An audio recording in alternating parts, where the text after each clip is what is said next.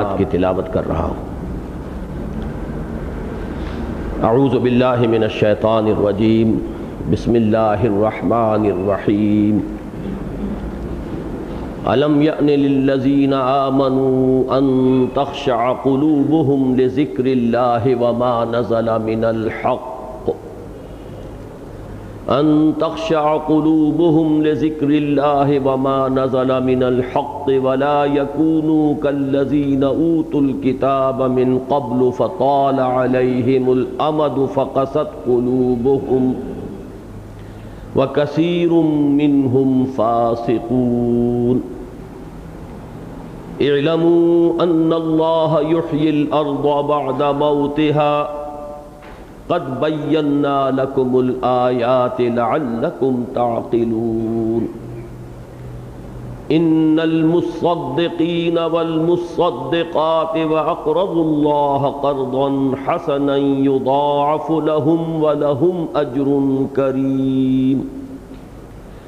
والذین آمنوا باللہ ورسلہ اولئک هم الصدیقون والشہداء عند ربہم لهم اجرهم ونورهم۔ والذین کفروا وکذبوا بآیاتنا اولئک اصحاب الجحیم۔ صدق اللہ العظیم۔ رب اشرح لي صدري ويسر لي امري واحلل عقدة من لساني يفقهوا قولي۔ اللهم ربنا الهمنا رشدنا واعذنا من شرور انفسنا۔ اللهم ربنا نور قلوبنا بالایمان واشرح صدورنا للاسلام ووفقنا لما تحب وترضى، آمین یا رب العالمین۔ سورہ حدید کل 29 آیات پر مشتمل ہے۔ اس حساب سے 5 نشستوں میں ہم اس کے نصف سے کچھ زیادہ آگے آ پائے ہیں۔ 15 آیات کا مطالعہ ہم کر چکے ہیں، اور آج جیسا کہ میں نے عرض کیا ارادہ ہے کہ 4 آیات کا مزید مطالعہ کر لیں۔ پچھلے 5 نشستوں میں جو 15 آیات ہم نے پڑھی ہیں، ان کے مضامین کو ذہن میں دوبارہ سلسلے وار ربط کے ساتھ تازہ کر لینا چاہیے۔ اس کے لیے سہولت اس طرح ہو جاتی ہے کہ تقسیم کر لیا جائے۔ پہلی 6 آیات کا بار بار ذکر آیا ہے کہ معرفت خداوندی کا بہت بڑا خزانہ۔ میں پھر دہرا رہا ہوں یہ بات کہ ہمارے دین کا لب لباب تعلق مع اللہ۔ تعلق مع اللہ کے 2 پہلو، ایک علمی ایک عملی۔ علمی پہلو معرفت رب، عملی پہلو عبادت رب۔ تو معرفت رب کا جہاں تک تعلق ہے، ذات و صفات باری تعالیٰ کے بیان میں پہلی 6 آیات نہایت جامع ہیں، بہت گمبھیر ہیں، اور بڑے چوٹی کے علمی مسائل اس میں زیر بحث آئے۔ لیکن ظاہر بات ہے کہ ان کی تمام تر اہمیت علمی ہے۔ اس کے بعد کی 5 آیات میں دین کا جو عملی پہلو ہے، اس کا لب لباب، اس کا خلاصہ۔ ان 5 آیات میں بھی تقسیم یہ کہ پہلی آیت میں 2 اصطلاحات کے حوالے سے کل تقاضا، آمنوا باللہ ورسولہ وانفقوا مما جعلکم مستخلفین فیہ۔ ایمان لاؤ اللہ پر اور اس کے رسول پر جیسے کہ ایمان کا حق ہے، اور خرچ کر دو اس کے راستے میں ان تمام چیزوں میں سے کہ جس میں اس نے تمہیں مستخلف بنایا ہے، تمہیں کچھ اختیار دے دیا ہے۔ یہ صرف ایک ظاہری اختیار ہے، وہ بھی تمہارا اپنا حاصل کردہ نہیں ہے بلکہ عطا کردہ ہے۔ تم مالک نہیں خلیفہ ہو، خلیفہ بھی خود نہیں بنے ہو، بنائے گئے ہو۔ لیکن اس سب کے باوجود تمہیں جو مغالطہ ہو جاتا ہے وہ یہ ہے کہ میں مالک ہوں، اور اسی مغالطے میں ساری گمراہی ہے۔ اگر تم حقیقت کو جان لو کہ تم مالک نہیں خلیفہ ہو، خلیفہ بھی بنے نہیں ہو، بنائے گئے ہو، تو پھر تم اس عملی تقاضے کو بآسانی پورا کر سکو گے کہ اس میں سے زیادہ جان دی ہوئی اسی کی تھی، حق تو یہ ہے کہ حق ادا نہ ہوا، اسی کی راہ میں خرچ کر دیا جائے۔ اب اس کے بعد دو آیات میں، ایک آیت میں ذرا ملامت کا، زجر کا، تنبیہ کا، جھنجھوڑنے کا انداز، وَمَا لَكُمْ لَا تُؤْمِنُونَ بِاللَّهِ وَمَا لَكُمْ أَلَّا تُنْفِقُوا فِي سَبِيلِ اللَّهِ، دو ہی تقاضے تھے، دونوں پر جھنجھوڑنے کا معاملہ آ گیا۔ اس کے ساتھ ایک آیت ہو گئی۔ پہلی آیت کے ساتھ ایمان اگر کوئی شخص محسوس کرے اپنے قلب میں جھانک کر کہ وہ یقین والا ایمان تو موجود نہیں ہے، تو عملی ہدایت کہاں سے ملے گا؟ وہ آیات بینات ہے، هو الذی ينزل علی عبدہ آیات بینات لیخرجکم من الظلمات الی النور۔ اندھیرے کوئی سے بھی ہوں، شرک کے ہوں، کفر کے ہوں، الحاد کے ہوں، مادہ پرستی کے ہوں، تشکک کے ہوں، ارتیاب کے ہوں، بے یقینی کے ہوں، ان تمام اندھیروں سے نور ایمان اور نور یقین میں لانے والی یہ آیات بینات ہیں۔ اور دوسرا جو مطالبہ تھا، کیوں خرچ نہیں کرتے، کیوں نہیں کھپاتے، کیوں نہیں لگاتے جان اور مال اللہ کی راہ میں، اس کے لیے ترغیب کا ایک بڑا چیلنجنگ انداز، من ذا الذی یقرض اللہ قرضا حسنا، کون ہے وہ با ہمت شخص جو اللہ کو قرض حسنہ دینے کو تیار ہو۔ تو اس طرح 1 جمع 2 جمع 2 یہ 5 آیات پر دوسرا حصہ مشتمل تھا۔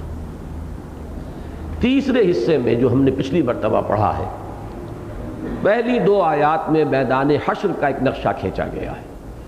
میں یہ عرض کر چکا ہوں کہ جو بھی قرآن مجید میں نقشہ کھینچ دیا گیا ہے، اجمالاً اس پر ایمان لانا ہمارا فرض ہے، ایسا ہوگا۔ اس کی تفاصیل کو ہم یہاں معین نہیں کر سکتے۔ کوئی مرحلہ ایسا ہے کہ کوئی گھپ اندھیرا ہوگا، اور اس مرحلے میں سے جو لوگ مسلمان کہلائے جاتے تھے دنیا میں، انہیں گزارا جائے گا۔ تو جن لوگوں کے پاس ایمان حقیقی کا نور تھا اور اعمال صالحہ کا نور تھا، وہ نور ظاہر ہو جائے گا، وہ ان کے آگے اور داہنی طرف دوڑتا ہوا ہوگا، اس کی روشنی میں وہ اس منزل کو عبور کر جائیں گے، وہ مرحلہ طے کر جائیں گے۔ جو منافق تھے، جن کے دلوں میں وہ نور ایمان نہیں تھا، نہ ہی کوئی اعمال صالحہ کا کسب وہ کر سکے تھے، وہ اندھیرے میں ہوں گے، وہ پکار کر کہیں گے اہل ایمان سے کہ ذرا ٹھہرو، ہمیں کچھ مہلت دو، ہم تمہاری روشنی سے فائدہ اٹھا لیں۔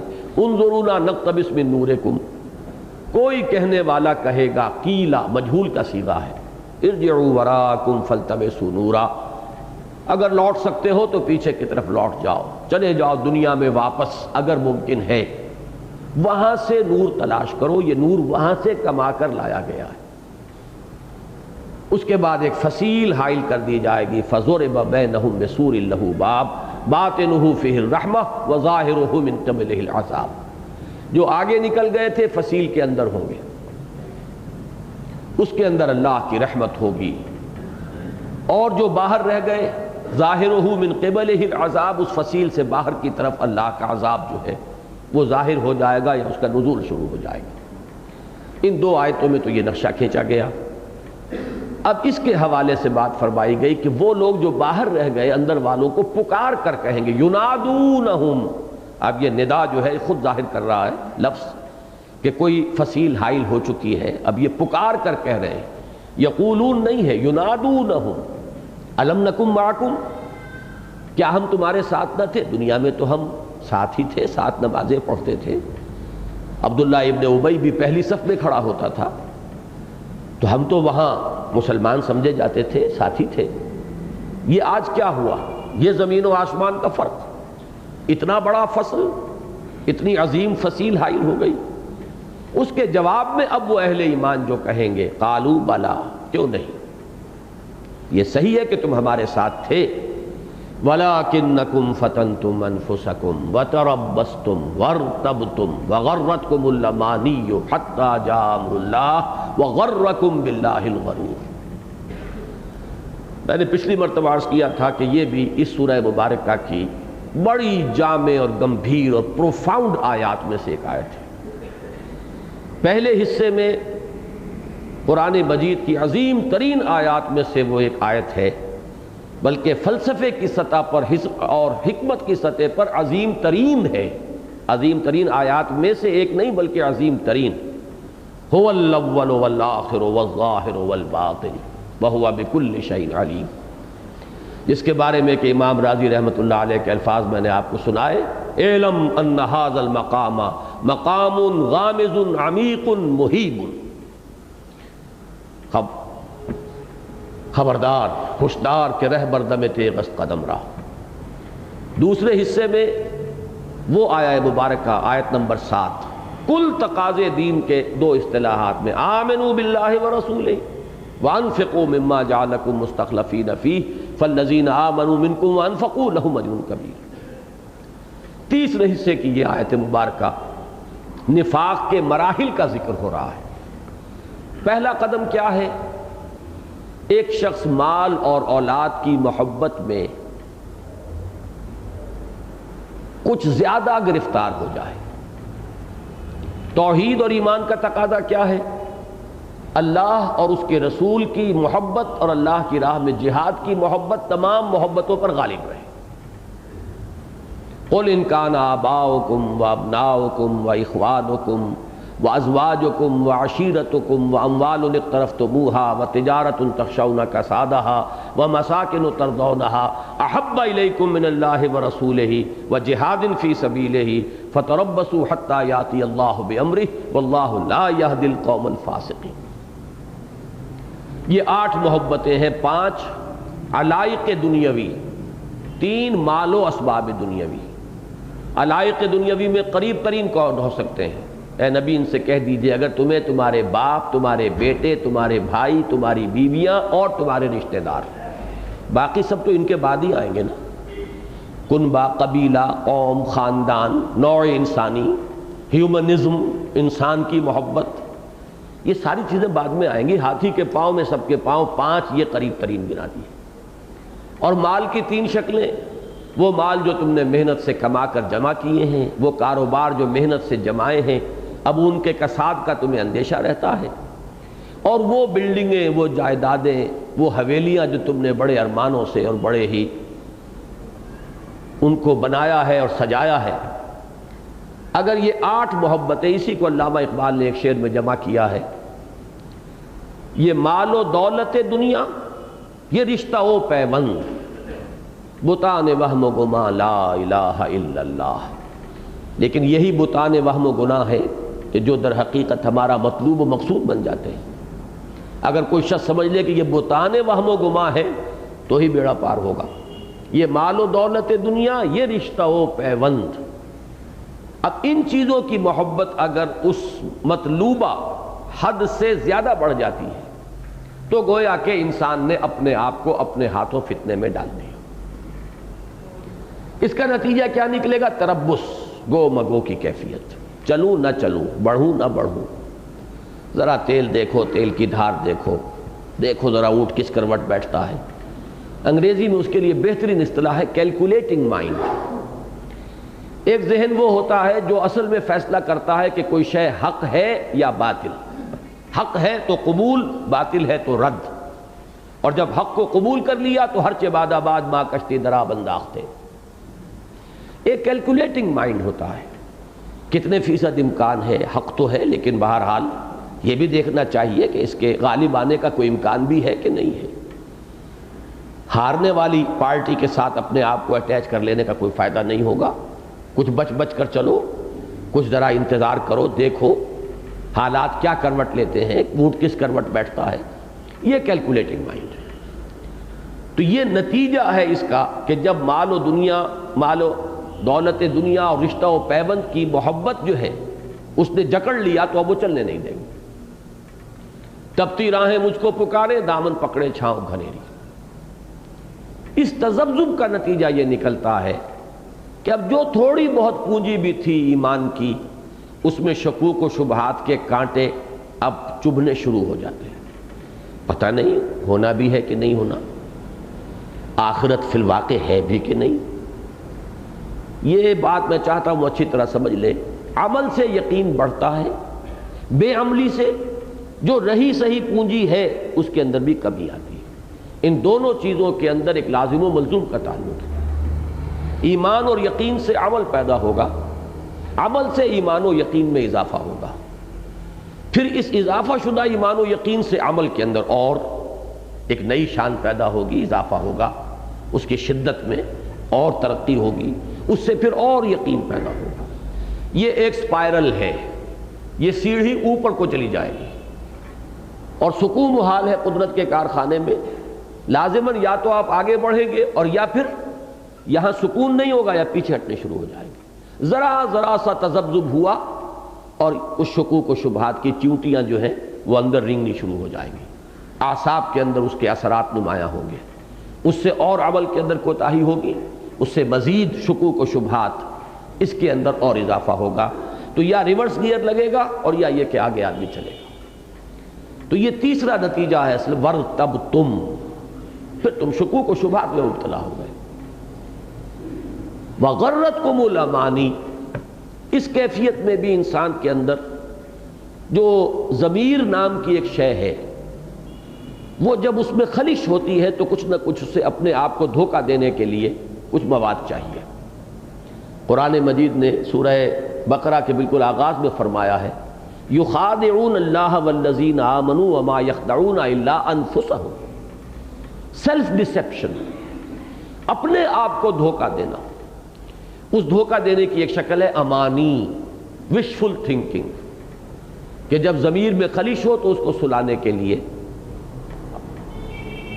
آخر ہم کلمہ گو تو ہیں، حضور کے دامن سے وابستہ تو ہیں، نمازیں تو پڑھ رہے ہیں، فلاں نیکی تو ہم نے کی ہے، ہم تو بخشے بخشائے ہیں، نحن ابناء اللہ واحباہ، ہم تو نبیوں کی اولاد میں سے ہیں جیسے بنی اسرائیل کو ظلم ہوا۔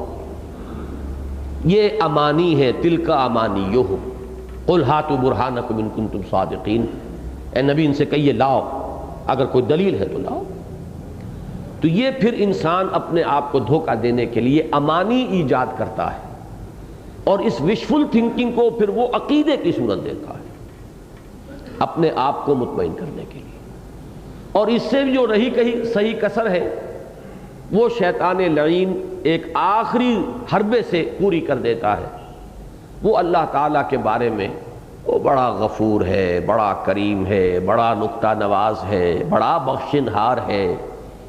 اب یہ جو اللہ تعالیٰ کی شان کریمی اور شان غفاری اور شان ستاری اور شان رحیمی کے حوالے سے پھر اور لوریاں دے دے کر تھپک تھپک کر سلانا، اس کو یہاں منسوب کیا شیطان کی طرف۔ وَغَرَّكُمْ بِاللَّهِ الْغَرُورُ، اور تمہیں خوب دھوکہ دیا اللہ پر، اس نے جو انتہائی دھوکے باز ہے۔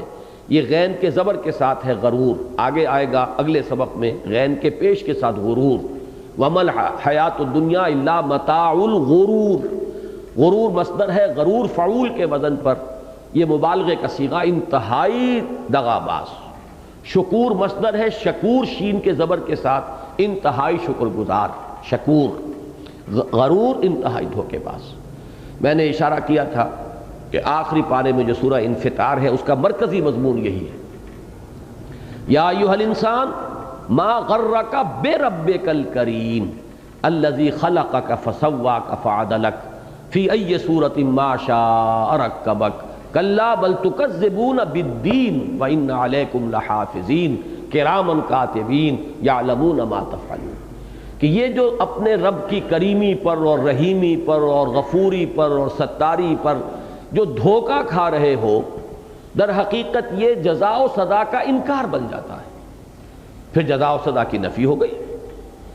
اللہ تعالیٰ کی شان کریمی اور شان غفاری سے تو کوئی بعید نہیں، تمام انسانوں کو بخش دے، بڑے سے بڑے کافر کو بخش دے، لیکن اللہ نے فرمایا ہے جزا و سزا ہو کر رہے گی، بدلہ مل کر رہے گا۔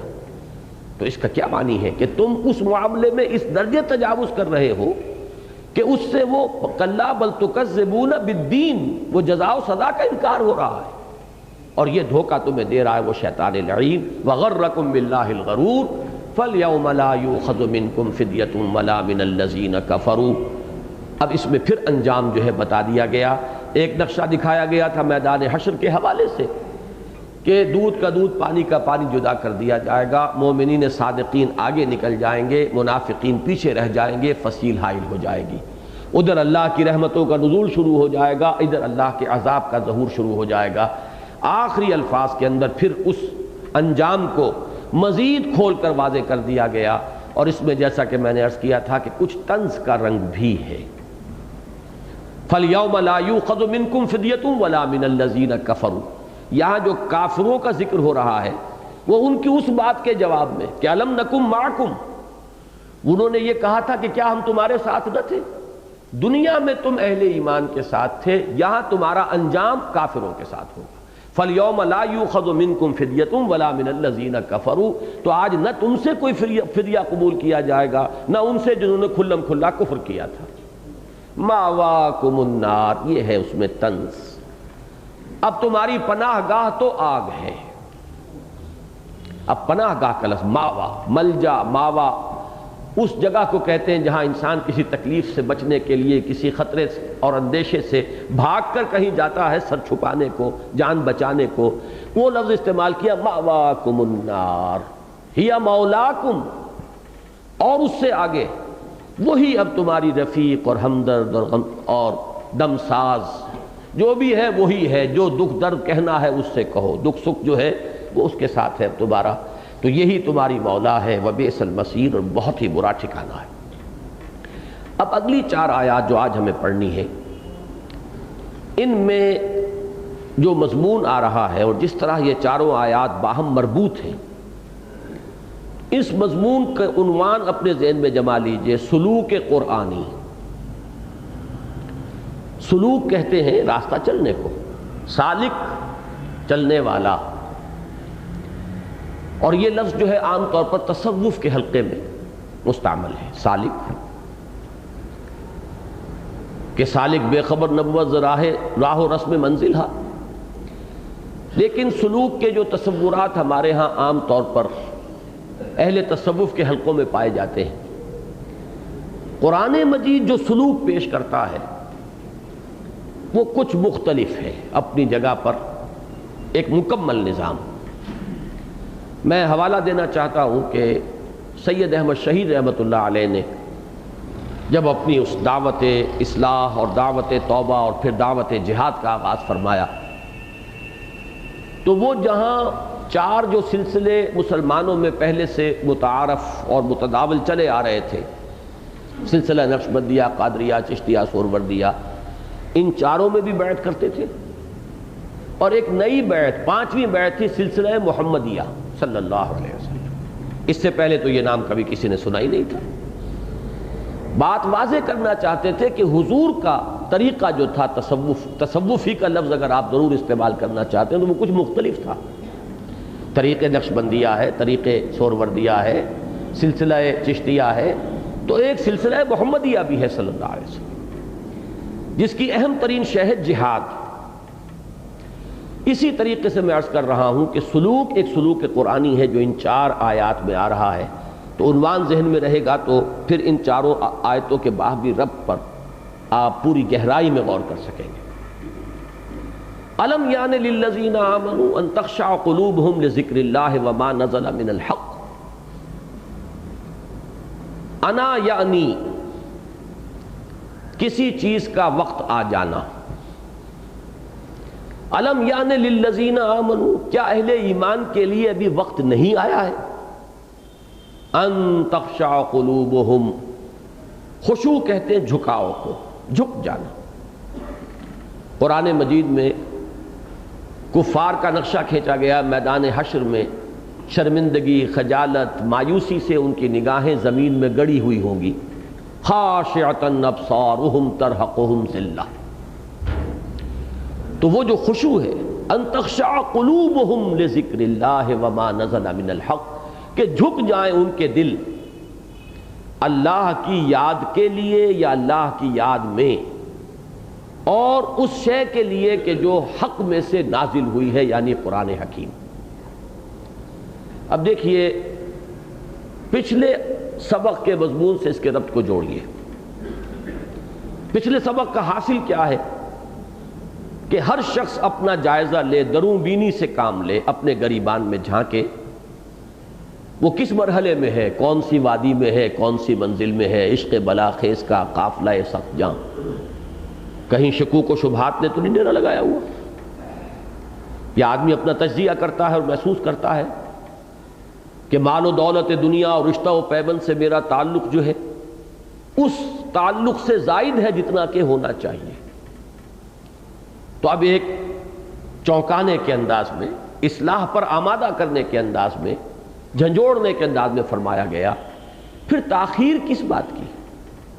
اگر یہ شعور ہو گیا ہے، اگر یہ احساس ہو گیا ہے تو catch the time by the forelock, یہ بڑا قیمتی لمحہ ہے، اس لمحے کو امر بناؤ، یہ اب جانے نہ پائے۔ اس لیے کہ شیطان کا ایک بہت بڑا حربہ یہ ہے کہ وہ انسان کو لوریاں دے دے کر تھپک تھپک کر سلاتا ہے، جن میں سے ایک لوری یہ بھی ہے کہ ذرا ابھی یہ کام ہے یہ کر لوں، بس پھر ہمتن لگ جاؤں گا اللہ کے دین کے کام میں، ابھی ذرا یہ ذمہ داریاں ہیں، بچوں کا معاملہ ہے، بچیاں ہیں ان کے ہاتھ پیلے کرنے ہیں، فلاں کا معاملہ ہے۔ یہ جو تاخیر ہے یہ بہت بڑا حربہ ہے شیطان۔ یا تو یہ کہ انسان جاگتا ہی نہیں، جاگ جائے تو پھر یہ تاخیر جو ہے، تاخیری حربہ اسے پھر سلا دیتا ہے۔ اقبال کا وہ شعر مجھے یاد آیا کہ خواب سے بیدار ہوتا ہے ذرا محکوم اگر، پھر سلا دیتی ہے اس کو حکمراں کی ساحری۔ اس کی بہترین مثال ہے حضرت کعب ابن مالک کی طویل ترین حدیث جو ہے، میرا گمان یہ ہے کہ طویل ترین احادیث میں سے تو یقیناً وہ ہے، اگر طویل ترین حدیث نہیں ہے۔ غزوہ تبوک میں 3 صحابہ صادق الایمان وہ پیچھے رہ گئے، نہیں گئے، حالانکہ وہاں تو نفیر عام تھی، ہر شخص کو نکلنا ہے۔ منافقین نے جھوٹے بہانے بنائے، جھوٹی قسمیں کھائیں، پہلے آ کر معذرتیں کر لی، حضور نے کہا ٹھیک ہے بیٹھ جائیے مت جائیے۔ جو لوگ بغیر کسی اجازت کے بیٹھے رہ گئے تھے، جب حضور واپس تشریف لائے تو اب انہوں نے آ کر جھوٹی قسمیں کھا کھا کر اور معافی حاصل کر لی، اچھا جائیے، مجھے یہ بیماری لاحق ہو گئی تھی، یہ عذر تھا، یہ مجبوری تھی۔ کعب ابن مالک رضی اللہ تعالیٰ عنہ سب کچھ دیکھتے رہے، جب باری آئی حضور نے مسکرا کر پوچھا آپ فرمائیے آپ کیوں نہیں گئے تھے؟ تو انہوں نے کہا کہ حضور میرے بھی منہ میں زبان ہے، میں بھی جھوٹے بہانے بنا سکتا ہوں، اور آپ کے عتاب سے اس وقت میں اپنے آپ کو بچا سکتا ہوں، لیکن یہ کہ مجھے اللہ کی پکڑ سے کون بچائے گا؟ میں صاف اعتراف کرتا ہوں کہ کوئی عذر نہیں تھا، بلکہ الفاظ یہ ہیں بخاری کی روایت میں، جتنا صحت مند اور توانا میں ان دنوں تھا اتنا کبھی پہلے نہیں تھا، اور جتنا غنی ان دنوں تھا اتنا غنی کبھی نہیں تھا۔ نہ کوئی مال کا عذر تھا کہ سواری نہ ہو یا راستے کا زاد راہ نہ ہو، نہ بیماری کا عذر تھا۔ پھر انہوں نے تفصیل بتائی کہ حضور میرے نفس نے جو مجھے پٹی پڑھائی وہ یہ تھی کہ تمہاری اونٹنی بڑی تیز رفتار ہے، بہت توانا جوان، حضور تو چلیں گے پورے لشکر کے ساتھ، تو لشکر کی موومنٹ تو بڑی سلو ہوتی ہے، تم ذرا چند دن اور آرام کرو گھر کی ٹھنڈی چھاؤں کے اندر، مزے لوٹ لو گھر کے عیش کے، اس کے بعد ذرا تیزی سے منزل پہ منزل کرتے ہوئے حضور کے ساتھ جا ملنا۔ ہر روز نفس یہی پٹی پڑھاتا رہا، لیکن اچانک ایک روز مجھے احساس ہوا کہ اب تو میں چاہے کتنا بھی دوڑ لوں ممکن نہیں ہے آپ کے ساتھ ملنا، میرے ہاتھ پاؤں ڈھیلے پڑ گئے، اعصاب جواب دے گئے۔ یہ ہے وہ اصل مرض، انسان کو تاخیری حربے کے حوالے سے روک لینا، اس کے لیے یہ انداز ہے جھنجھوڑنے کا۔ الم یعن للذین، کس چیز کا انتظار ہے؟ کون سے وقت کا تم انتظار کر رہے ہو؟ قرآن مجید میں بہت سے مقامات پر اس بات کو واضح کیا گیا ہے کہ جب بھی حق کا انکشاف ہو اور انسان حق کو پہچاننے کے باوجود اعراض کرے تو اب اس کے اندر سے استعداد سلب کر لی جاتی ہے، پھر زیادہ بڑا انکشاف ہوگا تو شاید وہ چونکے، پھر بھی اگر کسی وجہ سے آنکھیں بند کر لے گا، کسی مصلحت کی وجہ سے، کسی خوف کی وجہ سے، کسی دنیاوی محبت کی وجہ سے، کسی تعصب کی وجہ سے، تو پھر اور استعداد کم ہو جائے گی۔ ہوتے ہوتے انسان کے اندر سرے سے حق کو پہچاننے اور حق کو قبول کرنے کی صلاحیت ہی نہیں رہتی، اور یہ وہ وقت ہوتا ہے جس کے بارے میں فرمایا ختم اللہ علی قلوبہم وعلی سمعہم وعلی ابصارہم غشاوہ، تو وہی انداز ہو جاتا ہے انسان جب ٹالتا رہتا ہے، تاخیر کرتا ہے، پیچھے ڈالتا رہتا ہے، اس کے لیے جھنجھوڑنے کا انداز ہے الم یان للذین آمنوا ان تخشع قلوبہم لذکر اللہ وما نزل من الحق۔ ذکر اللہ اور وما نزل من الحق، بعض حضرات نے دونوں سے مراد لیا ہے قرآن مجید، اس لیے کہ قرآن مجید اپنے آپ کو الذکر کہتا ہے، انا نحن نزلنا الذکر وانا لہ لحافظون، یا ایھا الذی نزل علیہ الذکر انک لمجنون۔ اللہ تعالیٰ نے خود بھی فرمایا ہم نے ہی اس الذکر کو نازل کیا ہے اور ہم ہی اس کے محافظ ہیں۔ اور مخالفین، معاندین، مستہزئین، مذاق اڑانے والوں کا قول بھی نقل ہوا کہ یا ایھا الذی نزل علیہ الذکر انک لمجنون، اے وہ شخص جس پر اس کے خیال کے مطابق الذکر نازل ہوا ہے، ہم تو تمہیں مجنون سمجھتے ہیں، دیوانہ سمجھتے ہیں۔ تو الذکر یہ قرآن ہے، وانزلنا الیک الذکر لتبین للناس ما نزل الیہم، اور اے نبی ہم نے یہ الذکر آپ پر نازل کیا ہے تاکہ آپ اسے واضح کریں، اس کی تبیین کریں ان لوگوں کے لیے جن کے لیے یہ نازل کیا گیا۔ تو ایک تو مفہوم یہ ہے کہ الذکر تو قرآن ہے، اور وما نزل من الحق، لا ظاہر بات ہے کہ جو حق میں سے نازل ہوا وہ قرآن مجید ہے۔ تو گویا کہ دونوں کا مفہوم ایک ہوا، تو واو یہاں پر آئے گا اب واو تفسیری کے معنی میں، یعنی وہ شے ذکر، یعنی وہ جو نازل ہوا ہے الحق سے، تو یہ واو تفسیری بن جائے گا۔ اسے واو عطف مانا جائے تو ذکر کو عام رکھیں گے، جیسے کہ سورہ عنکبوت میں آتا ہے 21ویں پارے کی پہلی آیت، اتل ما اوحی الیک من الکتاب واقم الصلاۃ ان الصلاۃ تنہی عن الفحشاء والمنکر ولذکر اللہ اکبر واللہ یعلم ما تصنعون۔ نماز بھی ذکر کے لیے ہے، قرآن بھی ذکر ہے، اور بھی جو ذکر کے حضور صلی اللہ علیہ وسلم سے طریقے ثابت ہوں وہ بھی اس میں شامل ہو جائیں گے عموم کے اندر۔ تو دونوں باتیں جو ہیں نتیجے کے اعتبار سے کوئی فرق واقع نہیں ہوتا، اور یہاں پھر ایک مرتبہ گویا کہ اس بات کی تاکید ہو گئی کہ اصل شے ہے ایمان، اور ایمان کا منبع اور سرچشمہ ہے یہ قرآن۔ تو کیا وقت نہیں آ گیا اہل ایمان کے لیے کہ ان کے دل جھک جائیں اس قرآن کے سامنے، قبول حق کے لیے دلوں کے اندر ایک انقیاد کی کیفیت پیدا ہو جائے۔ وَلَا يَكُونُوا كَالَّذِينَ أُوتُوا الْكِتَابَ مِن قَبْلُ، اور وہ نہ ہو جائیں، یکونو یہ حالت نسبی میں بھی ہو سکتا ہے، حالت جزم کی کیفیت میں بھی۔ نسبی ہوگا تو وہ ان جو پہلے تھا، ان تخشع، یہ اسی کے ساتھ ہوگا وَأَلَّا يَكُونُوا، اور کہ نہ ہو جائیں وہ، اور اگر جزم مانا جائے گا تو یہ فعل نہیں ہو جائے گا، اور انہیں نہیں ہو جانا چاہیے ان لوگوں کے مانند وَلَا يَكُونُوا كَالَّذِينَ أُوتُوا الْكِتَابَ مِن قَبْلُ، جنہیں پہلے کتاب دی گئی تھی، فَطَالَ عَلَيْهِمُ الْأَمَدُ فَقَسَتْ قُلُوبُهُمْ، تو ان پر ایک طویل مدت بیت گئی تو ان کے دل سخت ہو گئے، وَكَثِيرٌ مِّنْهُمْ فَاسِقُونَ، اور اب ان میں سے بڑی تعداد فاسقوں پر مشتمل ہے۔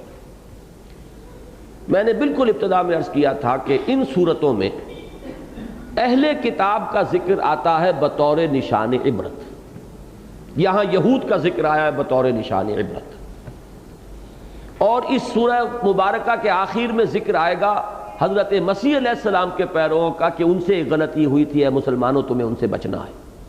تو اہل کتاب یہاں براہ راست مخاطب نہیں ہے، خطاب کلیتاً اہل ایمان سے ہے، مسلمانوں سے ہے۔ مسلمانوں میں مومنین صادقین بھی ہیں، ضعیف الایمان بھی ہیں، اور منافقین بھی شامل ہیں، اس لیے کہ قانوناً منافق بھی مسلمان ہوتا ہے، لیکن خطاب یہاں بالکلیہ مسلمانوں سے ہے، کفار سے نہیں ہے، نہ مشرکین سے اور نہ نصارہ یا یہود سے۔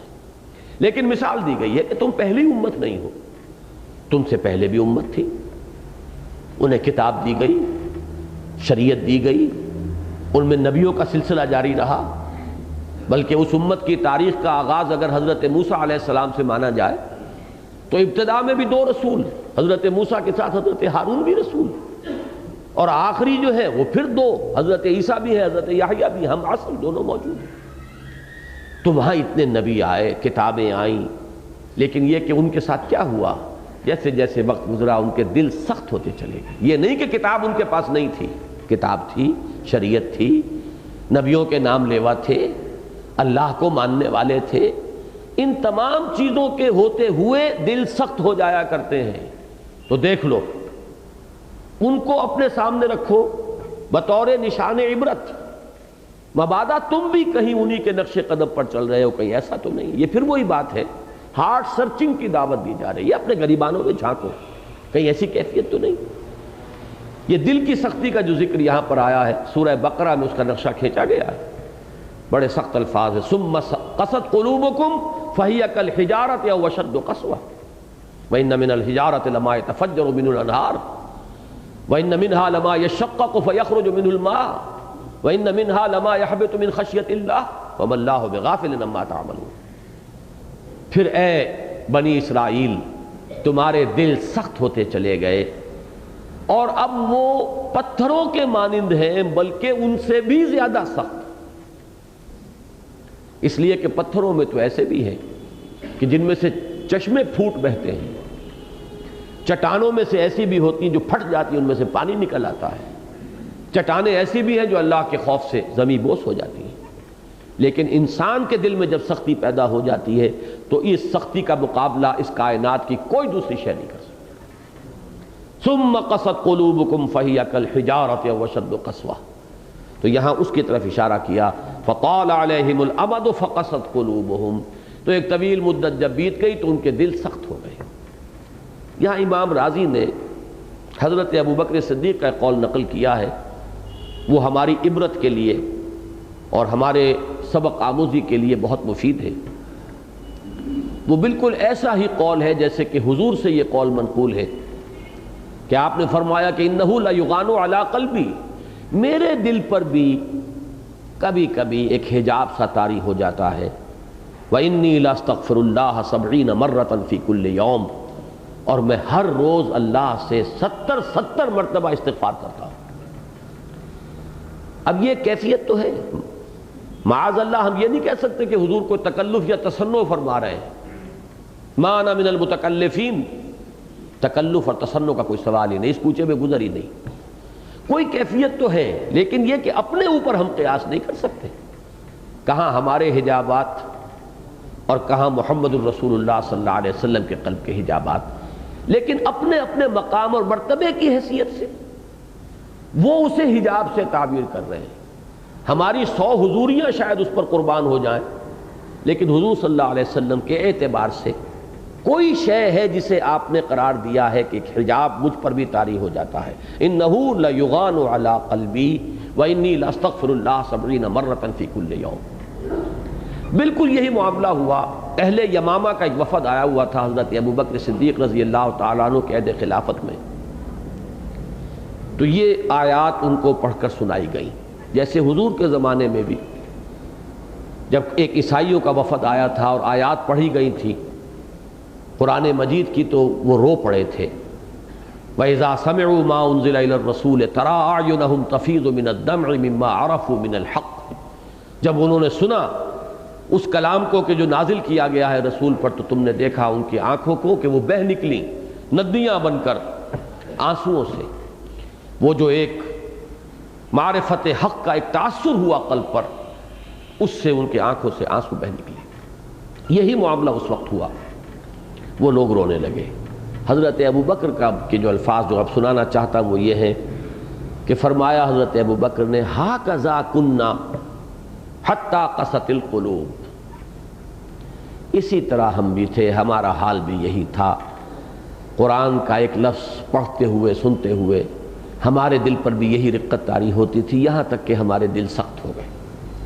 اب دل کی یہ سختی جو ہے میں نے اس لیے ذکر کیا ہے کہ کہیں ہم اپنے آپ کو بالکل امیون نہ سمجھ بیٹھے. ہم سے کیا تعلق دل کی سختی کا؟ تو حضرت ابوبکر صدیق کا اگر یہ احساس ہو رہا ہے کہ حتی قست القلوب، یہاں تک کہ دل سخت ہو گئے، تو تاب دیگرہ چہرہ صدب دوسروں کا معاملہ کیا ہوگا؟ کون اس سے اپنے آپ کو محفوظ و مامون سمجھے گا؟ تو فرمایا وَلَا يَكُونُوا كَالَّذِينَ أُوتُوا الْكِتَابَ مِنْ قَبْلُ فَطَالَ عَلَيْهِمُ الْأَمَدُ فَقَسَتْ قُلُوبُهُمْ وَكَثِيرٌ مِّنْهُمْ فَاسِقُونَ. اب ظاہر بات ہے جب دل سخت ہو جائے گا تو اس کا نتیجہ نکلے گا انسان کے عمل میں فسق اور فجور۔ اب ان کی بڑی تعداد جو ہے، بہت بڑی تعداد ان میں فاسقین، فساق و فجار پر مشتمل ہے۔ اللہ کے احکام کو توڑتا ہے آدمی، اس کے احساس پر جوں تک نہیں دینگتی، ضمیر چیخ چیخ کر بالآخر مردہ ہو جاتا ہے، اندر سے بھی پھر خلش جو ہے وہ انسان کو نہیں ستاتی۔ اچھا، اب اگر یہ کیفیت انسان محسوس کرے، اس کو پھر نفسیاتی طور پر جیسے کہ وہ نفاق کے مراحل تھے، جو شخص تو نفاق کی اس منزل کو پہنچ چکا، ضل ضلالا بعیدا، ان کے لیے ان آیات کے اندر وہ تو پھر یہ کہ طبع اللہ علی قلوبہم، ان کے دلوں پر تو مہر ہو چکی، ان آیات سے بھی ان کے اندر کوئی اثر پیدا نہیں ہوگا۔ یہ کون لوگ ہیں اصل میں جن سے خطاب ہو رہا ہے؟ جن میں وہ مرض ابھی ابتدائی منزلوں میں ہے، ابتدائی مراحل میں ہے، ابھی صرف ان کی محبت کی ترازو کی ڈنڈی ذرا سی جھکی ہے، مال و دولت دنیا اور رشتہ و پیوند کی طرف ذرا سا جھکاؤ ہوا ہے، اور ابھی صرف تربص کے اندر مبتلا ہی ہوئے ہیں۔ وہ اگر جاگ جائیں گے، ہوش میں آ جائیں گے، اور وہ ان آیات کو پڑھ کر ان کے اندر احساس اور شعور جو ہے بیدار ہو جائے گا، تو وہ ہے اصل مخاطب۔ کہ ہم انہیں مزید چونکانے کے لیے کہ کہیں شیطان کا کوئی تاخیری حربہ انہیں اب اپنی اصلاح پر قبر بستہ ہونے سے روک نہ لے۔ الم یان للذین آمنوا ان تخشع قلوبہم لذکر اللہ وما نزل من الحق ولا يكونوا كالذين اوتوا الكتاب من قبل فطال عليهم الامد فقست قلوبهم وكثير منهم فاسقون۔ اب اگر کوئی شخص یہ محسوس کرتا ہے اپنے باطن میں، تو ایک ممکنہ معاملہ یہ ہے کہ اس پر مایوسی طاری ہو جائے، اور مایوسی جو ہے وہ پھر اصلاح کے دروازے کو بند کر دیتی ہے۔ وہ قوت ارادی جو اصلاح کے لیے درکار ہے، مایوسی اسے شل کر دیتی ہے۔ اگلی آیت اصل میں اس مایوسی کا علاج ہے۔ اعلموا ان اللہ یحیی الارض بعد موتها، جان لو۔ اب یہ جو انداز ہے اعلموا، اس سورہ مبارکہ میں آگے بھی آئے گا چل کر، یہ جان لو، اس حقیقت کو اچھی طرح پہچانو کہ اللہ تو زمین کو اس کے مردہ ہونے کے بعد زندہ کر دیا کرتا ہے۔ یہ تمہارا عام مشاہدہ ہے۔ اب دیکھیں یہ الفاظ جو ہیں یہ عام ہیں، قرآن مجید میں آخرت کے لیے بھی بطور دلیل اس فنومینن کو بار بار پیش کیا گیا ہے۔ تمہیں مرنے کے بعد جی اٹھنا عجیب لگتا ہے، تم دیکھتے نہیں زمین مردہ ہوتی ہے، اللہ تعالیٰ بارش برساتا ہے، زمین زندہ ہو جاتی ہے۔ تو یہ جو زمین، مردہ زمین کا، بے آب و گیاہ زمین کا، بنجر زمین کا، جہاں زندگی کے کوئی آثار نہیں ہے، وہاں بارش کے بعد پھر ہلچل اور رونق اور حرکت اور سرسراہٹ، اور اس میں لہرا رہی ہے فصل بھی، اور ہر طرف ہریاول ہے۔ پھر یہ کہ حشرات الارض بھی نظر آنے لگتے ہیں، پرندے بھی چہچہانے لگتے ہیں، مگر اب زندگی ہی زندگی ہے معجزاً ساقی۔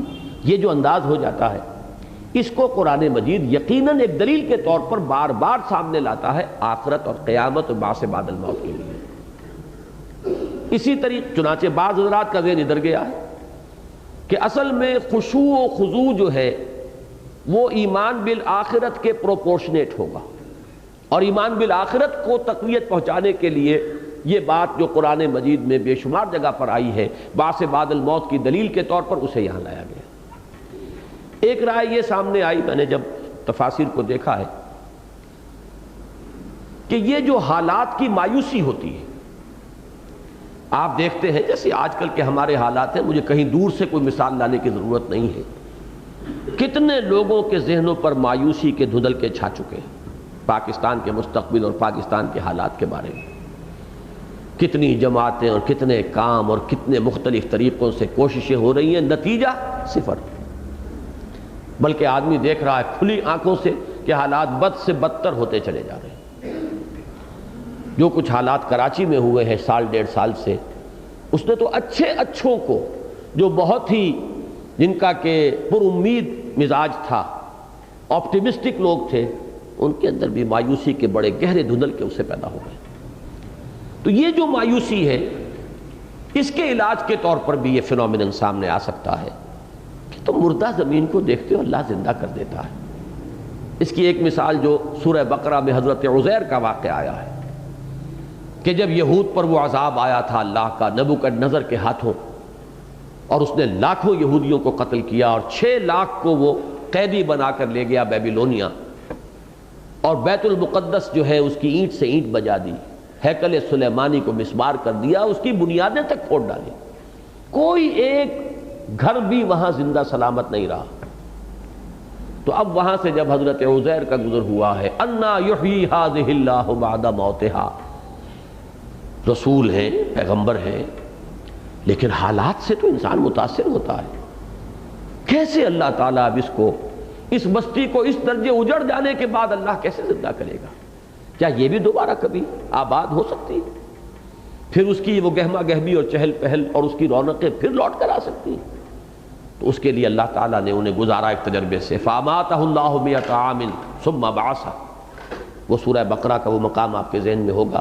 وہ جو کیفیت مایوسی کی ہوتی ہے، اس کے لیے بھی ایک دلیل، ایک روشنی امید کی دکھانے کے لیے اعلموا ان اللہ یحیی الارض بعد موتہا، بعض مفسرین ادھر گئے، لیکن میرے نزدیک جو اس کا پورا تسلسل ہے اس کے سامنے رکھیے۔ یہ وہی دروبینی اندر جھانکے ایک شخص اور دیکھے کہ اندر تو خلا ہے، وہ یقین والی بات تو نہیں ہے، میرا پرڑا تو جھکا ہوا ہے دنیا کی طرف، وہی مال و دولت دنیا اور رشتہ پیوند، وہی ہے جو مجھ پر مستولی ہیں اور چھائے ہوئے ہیں۔ جب انسان اپنے دل کے اندر سختی کا احساس کرتا ہے تو اب اس میں مایوسی اگر پیدا ہو گئی تو پھر اس کے ہاتھ پاؤں شل ہو جائیں گے۔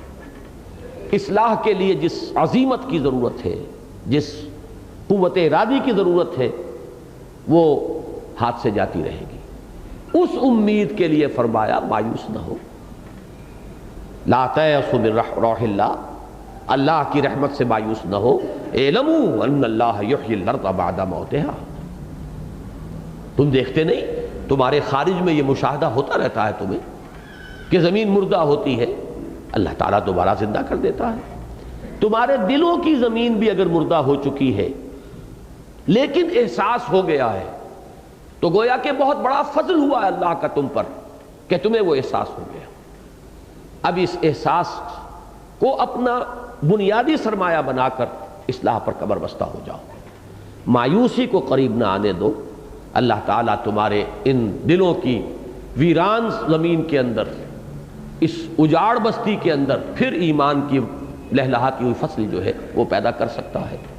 اعلموا ان اللہ یحیی الارض بعد موتہا قد بینا لکم الآیات لعلکم تعقلون، ہم نے تمہارے لیے اپنی آیات کو واضح کر دیا ہے، روشن کر دیا ہے، اس کی تبیین کر دی ہے تاکہ تم عقل سے کام لو۔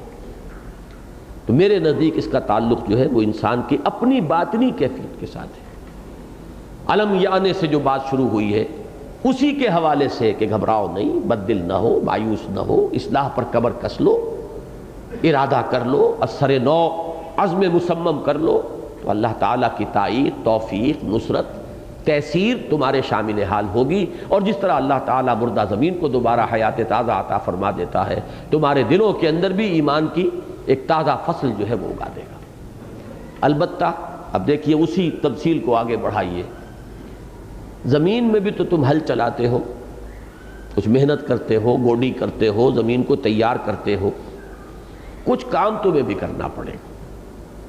یہ اگر تسلسل آپ کے سامنے نہیں رہے گا تو یہ آیات بالکل انمل بے جوڑ نظر آئیں گے، لیکن یہ جو مثال میں نے دی ہے اس کے ساتھ اب ہر اپنی جگہ پر اس کا ربط جو ہے ایک ایک آیت کا، بلکہ آیت کے ایک ایک لفظ کا بہت ہی ٹھکا ہوا آپ کو نظر آئے گا۔ ان المصدقین والمصدقات واقرضوا اللہ قرضا حسنا، وہ ہل چلانا جو ہے دلوں کی اس زمین کے اندر بھی ہل چلانا پڑے گا، اس کے اندر کی کثافتوں کو نکالنا پڑے گا۔ اور وہ کیا ہے؟ دل کی کثافت ہے مال کی محبت، اس لیے کہ اصل فیصلہ کن چیز کیا ہے؟ یا حب دنیا یا حب عقبہ۔ کلا بل تحبون العاجلۃ وتذرون الآخرۃ، تمہاری ساری گمراہیوں کی جڑ یہی ہے کہ تم عاجلہ سے محبت کرتے ہو اور آخرہ کو تم نظر انداز کر دیتے ہو۔ بل تؤثرون الحیاۃ الدنیا والآخرۃ خیر وابقیٰ، تمہاری اصل بیماری یہ ہے کہ تم ترجیح دیتے ہو حیات دنیاوی کو، حالانکہ حیات اخروی جو ہے وہ بہت بہتر بھی ہے اور باقی رہنے والی بھی۔ اصل تو گمراہی یہ ہے۔ اور دنیا کی محبت کو اگر آپ سمبولائز کرنا چاہیں تو وہ ہے مال کی محبت۔ لہذا جو حل چلانا ہوگا وہ یہی ہے کہ مال کی اس محبت کو کھرچ کھرچ کر دل سے نکالو۔ اور اس کی شکل کیا ہے؟ ان المصدقین والمصدقات واقرضوا اللہ قرضا حسنا۔ اب گویا کہ سلوک قرآنی میں اہم ترین شے ہوگی انفاق۔ ایک سلوک ایسا بھی ہو سکتا ہے، میں کسی خاص سلسلے کو ذہن میں رکھ کر نہیں کر رہا ہوں، کوئی شخص ہو سکتا ہے وہ لکھ پتی کروڑ پتی، وہ دولت اپنے کاروبار جمے چلے آ رہے ہوں اور ساری روحانیت صرف ذکر سے طے ہو رہی ہو۔ یقیناً کثرت ذکر جو بھی ہوگی اس کے کچھ اثرات ہوں گے، اس کے کچھ انوار ہوں گے، وہ بغیر انوار کے نہیں ہیں، اس کی برکات ہوں گی، لیکن وہ پھر انوار کچھ اور ہیں، ان کا اپنا ایک رنگ ہے۔ سلوک قرآنی جو ہے اس کے لیے پہلا قدم عملی یہ ہے، مال کی محبت کو دل سے نکالو۔ یہ اگر یہاں رہ گیا، جیسے کہ ہمارے منتخب نصاب میں جو اس کا سبق نمبر 2 ہے، لیس البر ان تولوا وجوہکم قبل المشرق والمغرب ولکن البر من آمن باللہ والیوم الآخر والملائکۃ والکتاب والنبیین وآتى المال علی حبہ ذوی القربى والیتامى والمساکین وابن السبیل والسائلین وفی الرقاب واقام الصلاۃ وآتى الزکاۃ۔ اقامت صلاۃ بھی بعد میں ہے، پہلے ہے مال کا خرچ کرنا، دینا، ابنائے نو کی احتیاج کو رفع کرنے میں، ان کی تکلیفیں دور کرنے میں اپنا مال خرچ کرنا۔ یہ اس سلوک کا پہلا قدم ہے۔ اس کی بہت سی مثالیں آپ کو قرآن مجید کے دوسرے مقامات سے بھی ملیں گی۔ یہاں تو ذرا کچھ گہرائی میں اتر کر اس ربط کو تلاش کرنا پڑتا ہے۔ بعض مقامات پر یہ مضمون بہت ہی واضح الفاظ میں آیا ہے، اس وقت یہ کام مت کرو، ادھر بعد میں کرنا۔ مثال کے طور پر ایک آیت اس قدر نمایاں ہو کر سامنے آتی ہے، لن تنالوا البر حتی تنفقوا مما تحبون۔ لام اور نون کی اس نفی کے ساتھ جو آتی انتہائی تاکیدی نفی ہے، یہ ہرگز نہیں پہنچ سکتے نیکی کے مقام کو جب تک کہ تم خرچ نہ کرو، اور خرچ بھی وہ شے کرو جو تمہیں محبوب، تب نیکی کے مقام تک رسائی ہو۔ اور میں وہاں واضح کیا کرتا ہوں کہ اگر یہ مال کی محبت نہیں ہے، بخل ہے، اگر انفاق اس راستے پر آدمی نہیں چل سکا تو وہ عابد کتنا ہی بڑا ہو جائے، فاضل کتنا ہی ہو جائے، عالم کتنا ہی اونچا ہو جائے، مفسر بن جائے، محدث بن جائے، قرآن مجید کی اصطلاح میں نیک شمار نہیں ہوگا۔ اس لیے کہ ہر لفظ کی اپنی ایک کنوٹیشن ہے، ہر لفظ کا اپنا ایک مفہوم ہے۔ لن تنالوا البر حتی تنفقوا مما تحبون، یہ اس کی بالکل 2 اور 2 4 کی طرح کی 2 ٹوک بات جسے کہتے ہیں۔ اسی طریقے سے آخری پارے میں فرمایا فلقتحم العقبہ، انسان گھاٹی کو عبور نہیں کر پایا۔ وما ادراک ما العقبہ، اور تمہیں کچھ پتا ہے، جانتے ہو گھاٹی کون سی ہے؟ فک رقبۃ، کسی گردن کا آزاد کرا دینا، او اطعام فی یوم ذی مسغبۃ، یا کھانا کھلانا قحط کے دن میں، جبکہ خود اپنے لیے اندیشہ ہو رہا ہو، نظر آ رہا ہو کہ میرا اپنا بھی جو ذخیرہ تھا وہ ختم ہونے کے قریب آ چکا ہے اور خود مجھے اب فاقوں کا اندیشہ ہے، اس دن کھانا کھلانا۔ یتیما ذا مقربۃ او مسکینا ذا متربہ، کسی یتیم کو جو قرابت دار بھی ہو اور مسکین کو جو خاک میں رل رہا ہو۔ اور یہاں لفظ آیا انتہائی اہم، ثم کان من الذین آمنوا وتواصوا بالصبر وتواصوا بالمرحمہ، پھر وہ شامل ہو ان لوگوں میں جو ایمان لائے اور جنہوں نے ایک دوسرے کو وصیت کی، مرحمہ کی اور صبر کی۔ یہ ثم کا لفظ وہاں بہت اہم ہے، اسی کو یہاں پر میں عرض کروں گا کہ یہاں محذوف سمجھیے، اس لیے کہ اس آیت اور اگلی آیت کا ربط جو ہے وہ بالکل نہیں سمجھ میں آتا اگر یہ لفظ ثم کو یہاں محذوف نہیں مانیں گے، کہ اس گھاٹی میں سے، اس باٹل نیک میں سے انسان گزر جائے پھر ایمان کا اگر بیج پڑے گا دل میں تو کھیتی لہلائے گی، اور اگر یہ بخل کی کثافت اور نجاست دل کے اندر جوں کی تو رہی تو اگر بیج پڑ بھی گیا تو نفاق وجود میں آئے گا، وہ ایمان کی کھیتی نہیں لہلا سکتی۔ اس لیے کہ اصل فیصلہ کن شے یہ ہے، اس نجاست سے دل کو صاف کرنا۔ اسی طریقے سے سورۃ اللیل میں آپ کو معلوم ہے کہ دو کردار ایک دوسرے کے مقابل میں لائے گئے، اتقا اور اشقا، انتہائی پرہیزگار اور متقی اور انتہائی شقی اور بدبخت۔ اتقا کے تین اوصاف بیان ہوئے، فَأَمَّا مَنْ أَعْطَى وَاتَّقَى وَصَدَّقَ بِالْحُسْنَى، تین شرطیں پوری ہوں گی۔ پہلی کیا؟ اعطاء، دینا، اور بالمقابل تین شرطیں، وَأَمَّا مَنْ بَخِلَ وَاسْتَغْنَى وَكَذَّبَ بِالْحُسْنَى۔ اس اشقا والی جو فہرست ہے اس میں پہلی صفت کیا ہے؟ بخل، یہ بالکل مقابلے کی ہے۔ فَأَمَّا مَنْ أَعْطَى وَاتَّقَى وَصَدَّقَ بِالْحُسْنَى فَسَنُيَسِّرُهُ لِلْيُسْرَى وَأَمَّا مَنْ بَخِلَ وَاسْتَغْنَى وَكَذَّبَ بِالْحُسْنَى فَسَنُيَسِّرُهُ لِلْعُسْرَى۔ ایک اتقا کے مقام کی طرف جانے والا راستہ، ایک اشقا کے مقام تک لے جانے والا راستہ۔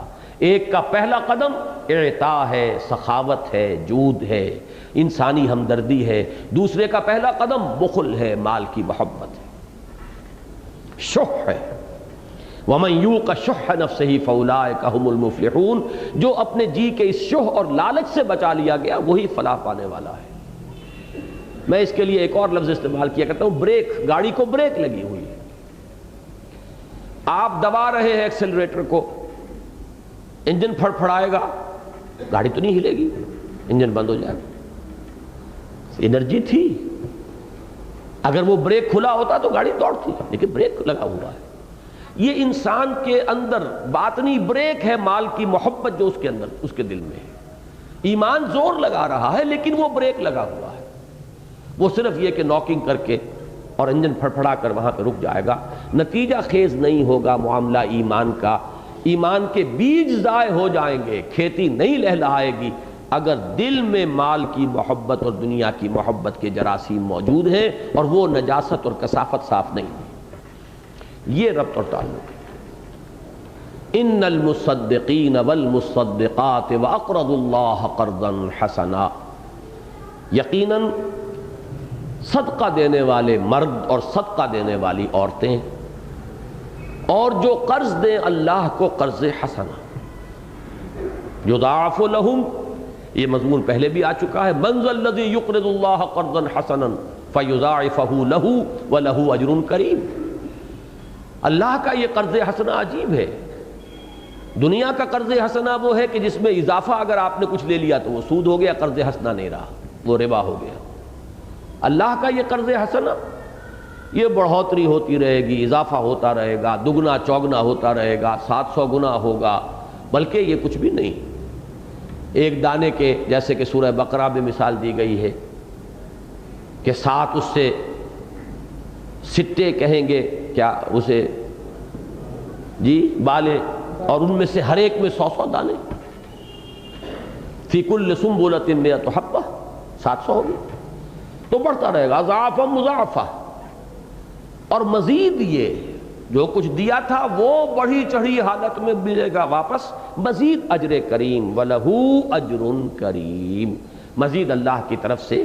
یہ جو ہمت کی، مال اللہ کی راہ میں صرف کیا، جو مال دیا تھا وہ تو بڑھا چڑھا مل ہی جائے گا، یہ جو ہمت کی ہے اس ہمت کا اجر اور ثواب ملے گا، بڑا ہی باعزت اجر و ثواب۔ یہ بھی میں پہلے بیان کر چکا ہوں، اس وقت صرف تازہ کر لینے کی ضرورت ہے کہ اللہ کی رضا جوئی کے لیے مال خرچ کرنے کی 2 مدیں ہیں، ان کو علیحدہ علیحدہ آئیڈینٹیفائی کر لینا چاہیے۔ ایک مد ہے غرباء، یتامہ، مساکین، بیواؤں، مسافروں، حاجت مندوں کی مد، جس کے لیے میں نے آیت آپ کو ابھی سنائی، وَآتَ الْمَالَ عَلَىٰ حُبِّهِ ذَوِي الْقُرْبَىٰ وَالْيَتَامَىٰ وَالْمَسَاكِينَ وَابْنَ السَّبِيلِ وَالسَّائِلِينَ وَفِي الرِّقَابِ۔ دوسری مد ہے اللہ کے دین کے لیے، اللہ کے دین کی نشر و اشاعت، اس کے پیغام کو پھیلانا، اس کے غلبے کی جد و جہد کے لیے مال خرچ کرنا. ہر تحریک کو ضرورت ہوتی ہے پیسے کی. جہاد کا لفظ جہاں آیا قرآن میں اس کے ساتھ جہاد بالمال، جہاد بالنفس. جاہدوا فی سبیل اللہ باموالکم وانفسکم. جہاد کرو اللہ کی راہ میں اپنے مالوں کے ساتھ بھی، اپنی جانوں کے ساتھ بھی. کسی بھی مقصد کے لیے جان اور مال دونوں کو کھپانا پڑتا ہے. اپنی صلاحیتیں، قوتیں، اوقات اور اپنا مال اور جو بھی اسباب و ذرائع اللہ نے دیے ہیں دنیا میں.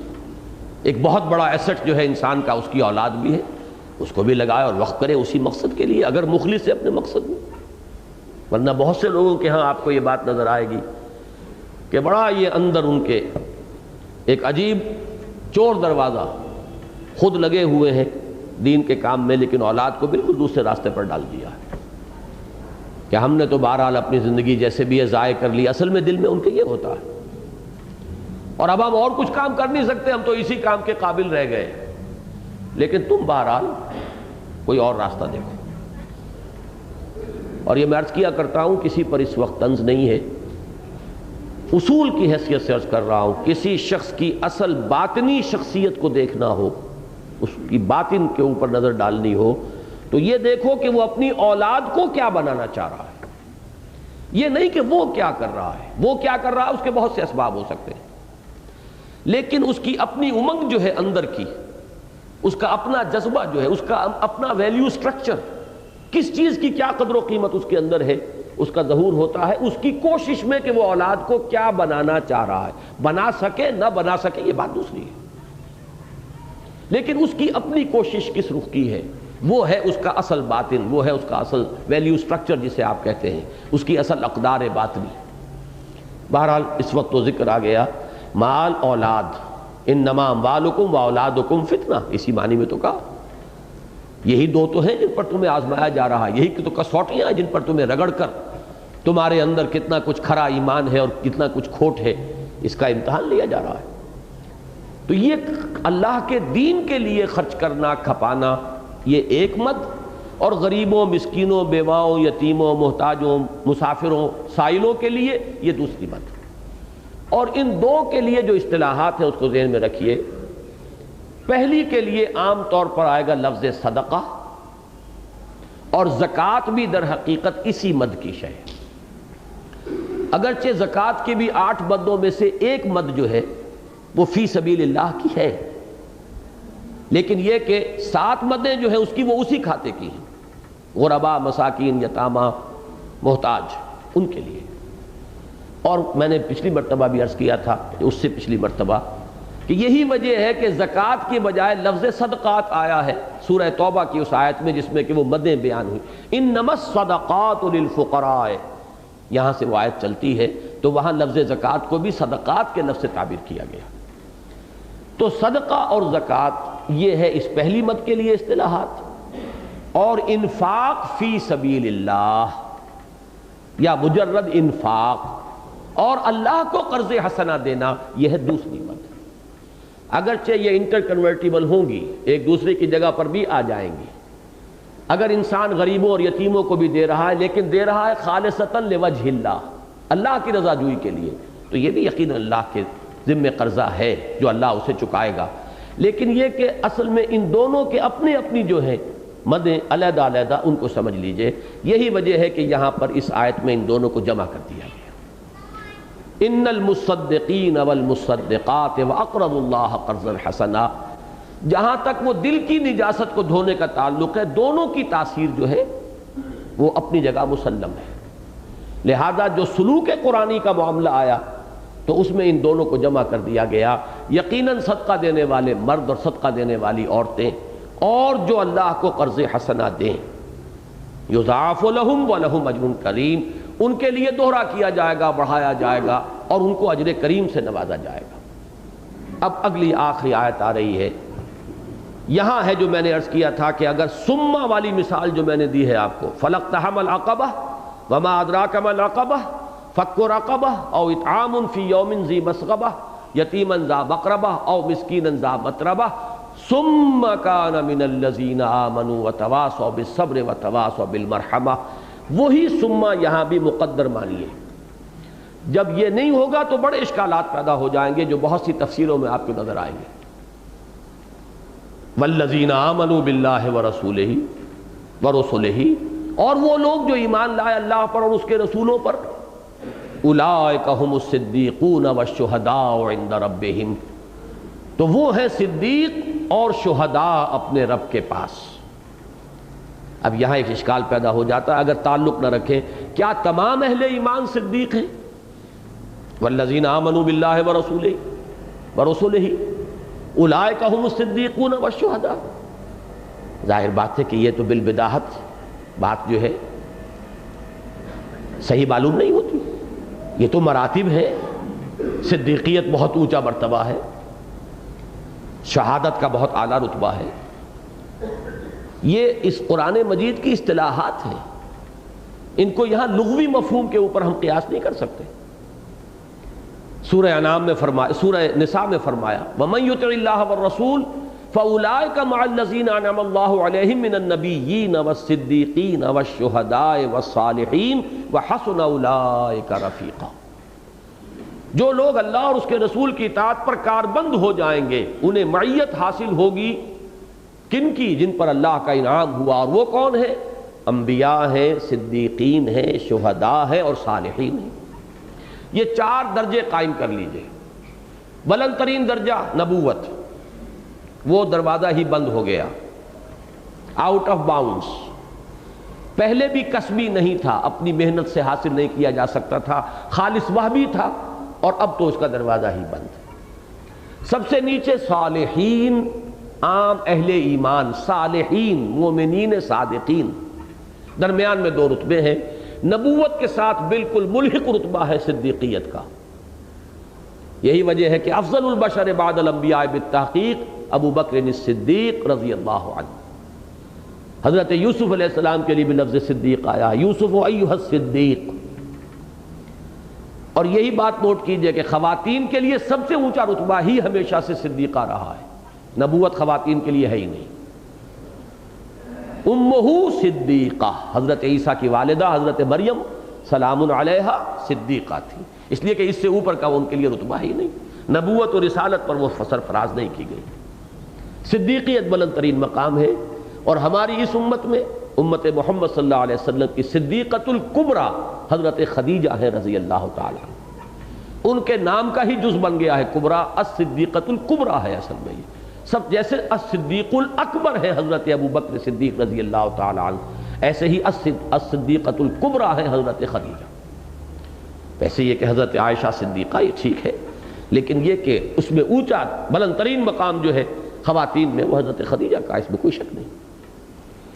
تو یہ صدیقیت جو بہت قریب مقام ہے نبوت کے، اس سے پھر ملحق ہے نیچے درجہ شہادت کا ہے. اور اس میں ایک بات اور بھی نوٹ کیجئے، صدیقیت کے اس مرتبے میں معرفت اور اندرونی کیفیات کا زیادہ لحاظ ہے، اور شہادت کے رتبے میں جہاد، دعوت، تبلیغ، حجت قائم کر دینا، گواہی دینا، یہ دوسرا جو رنگ ہے یہ زیادہ نمایاں ہے. صدیق جو ہوں گے ان میں شہادت کا رنگ بھی ہے، لیکن غالب رنگ ہوگا صدیقیت کا. اور شہداء جو ہیں وہ بہرحال عام مومنین صالحین سے بلندتر ہیں. اب ان 2 چیزوں کو ذہن میں رکھیں گے تو ربط واضح ہو گیا. جنہوں نے اپنے دلوں کی دنیا کے اندر یہ حل چلا لیا ہو، اگر ان کے دلوں میں ایمان کا بیج پڑے گا تو اب یہ کھیتی لہلہائے گی. اب افتاد تباہ اور مزاج کی مناسبت سے بلند تر مقامات کے لیے راستے کھلے ہوئے ہیں. صدیقیت کا مقام بھی کھلا ہوا ہے اور شہادت کا رتبہ بھی کھلا ہوا ہے. یہ انسان حاصل کر سکتا ہے اپنی اپنی محنت، اپنی اپنی کوشش، اپنی اپنی مزاج اور افتاد تباہ کی مناسبت سے. صدیقین کے لیے عام طور پر میں نے کئی مرتبہ یہ مضامین بیان کیے ہیں کہ سائیکالوجی میں یہ لفظ استعمال ہوتے ہیں کہ کچھ لوگ ہوتے ہیں جن کا مزاج کچھ باہر کی طرف، خارج کی دنیا کے ساتھ دلچسپی زیادہ ہوتی ہے. کچھ لوگ وہ ہوتے ہیں کہ جو اندر کی طرف، ان کو باطن سے دلچسپی زیادہ ہے. ایکسٹروورٹس، انٹروورٹس، ایک ہوتے ہیں ایمبیورٹس، ایک ایسا متوازن مزاج کہ ان کو اپنے باطن اندر کی طرف اپنے من میں ڈوب کر پا جا سراغ زندگی، اس کے ساتھ بھی مناسبت ہے، فکر، سوچ، غور و فکر، اس کے ساتھ بھی طبیعت کی مناسبت ہے، اور ان کی اندر فعالیت یہ بھی موجود ہے، قوت فعلی جو ہے اور اقدام کرنے کی صلاحیت یہ بھی موجود ہے۔ تو ایسے لوگ بڑے شاذ ہوتے ہیں۔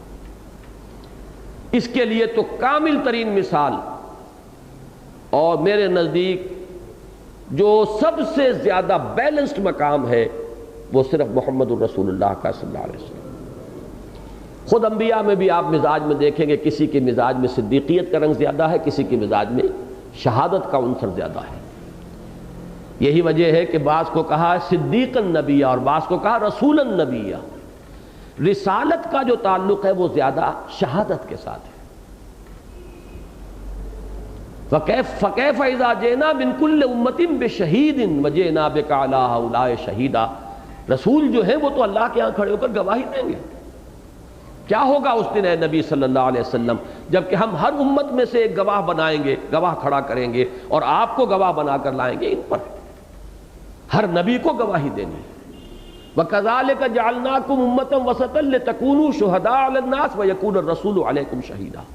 تو دعوت، تبلیغ، اتمام حجت، اس میں تن من دھن لگا دینا، اس کی نسبت اور مناسبت ہے شہادت کے ساتھ، اور ایک سوز باطنی، عشق الہی اور ایک اندرونی کیفیات، اللہ پر توکل، اللہ کے ساتھ ایک باطنی تعلق، ان کا جو ہے معاملہ اور مناسبت وہ ہے صدیقیت کے ساتھ۔ اب یہ جیسا کہ میں نے عرض کیا ہے، خدا پنج انگشت یکساں نہ کرتا، اللہ نے بڑے مختلف مزاج بنائے ہیں، بڑی مختلف طبائع پیدا کی ہیں، ہر گلیرا رنگ و بوئے دیگر است۔ ایک مزاج ہے ابو بکر صدیق اور عثمان غنی کا رضی اللہ تعالی عنہما، ایک مزاج ہے عمر فاروق اور حضرت حمزہ کا رضی اللہ تعالی عنہما۔ انہیں کوئی دیر ہی نہیں لگی، ادھر حضور کی دعوت کانوں میں آئی، فوراً تصدیق کی، ادھر انہیں 6 برس لگ گئے۔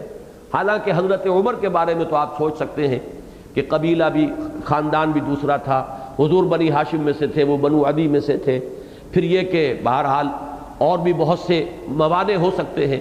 حضرت حمزہ کے راستے میں کون سی رکاوٹ تھی؟ انتہائی محبت تھی حضور سے، چچا بھتیجے کا رشتہ، خالہ زاد بھائی ہونے کا رشتہ، دودھ شریک بھائی ہونے کا رشتہ، انتہائی محبت حضور سے، لیکن پورے 6 برس بیت گئے کہ ان کے احساسات پہ جو تک نہیں رینگی کہ یہ کیا بھتیجا کہہ رہا ہے، یہ دعوت کیا ہے اس کی، جس کی وجہ سے کہ مکے کے گھر گھر کے اندر میدان جنگ بن گیا ہے، کوئی سوچ ہی نہیں۔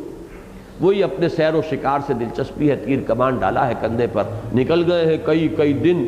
جو نقشہ بعض روایات جو ہے ان میں حضرت اسماعیل علیہ السلام کا نظر آتا ہے، وہ اسی کا ایک عکس حضرت حمزہ کی ذات میں نظر آتا ہے، ان کی شخصیت کے اندر، ان کے مزاج کے اندر توجہ ہی نہیں ہوئی، اس لیے کہ غور اور فکر کا جو ہے طبیعت کے اندر فطری میلان نہیں ہے۔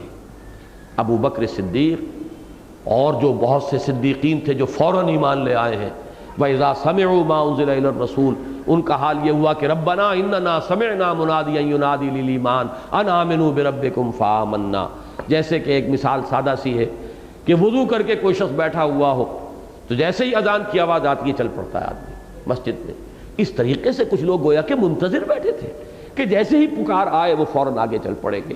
اس کی وجہ کیا ہے؟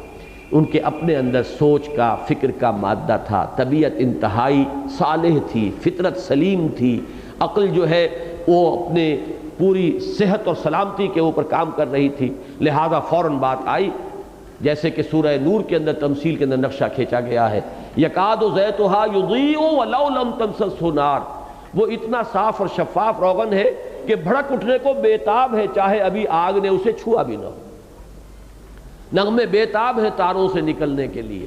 ایک یہ کیفیت ہوتی ہے، ایک یہ کہ کچھ ہے اوپر زنگ ہے، گردہ ہے، ہٹانا پڑے گا، کچھ صاف کرنا پڑے گا، کچھ محنت کرنی ہوگی، وہ بات سمجھانی ہوگی، پھر رفتہ رفتہ سمجھ میں آ جائے گی۔ لیکن ایسے لوگوں میں کثیر تعداد ایسوں کی ہوتی ہے جس کے بارے میں حضرت مسیح نے فرمایا کہ بہت سے ایسے ہیں جو بعد میں آتے ہیں لیکن پہلوں سے کہیں آگے نکل جاتے ہیں، اس لیے کہ ان میں قوت فعالی جو ہے وہ بہت ہوتی ہے، طاقت ہے، قوت ہے، چونکہ وہ مزاج ہی اس طرح کا ہے جیسے کہ جس کی عمدہ ترین مثال حضرت عمر ہے رضی اللہ تعالیٰ عنہ۔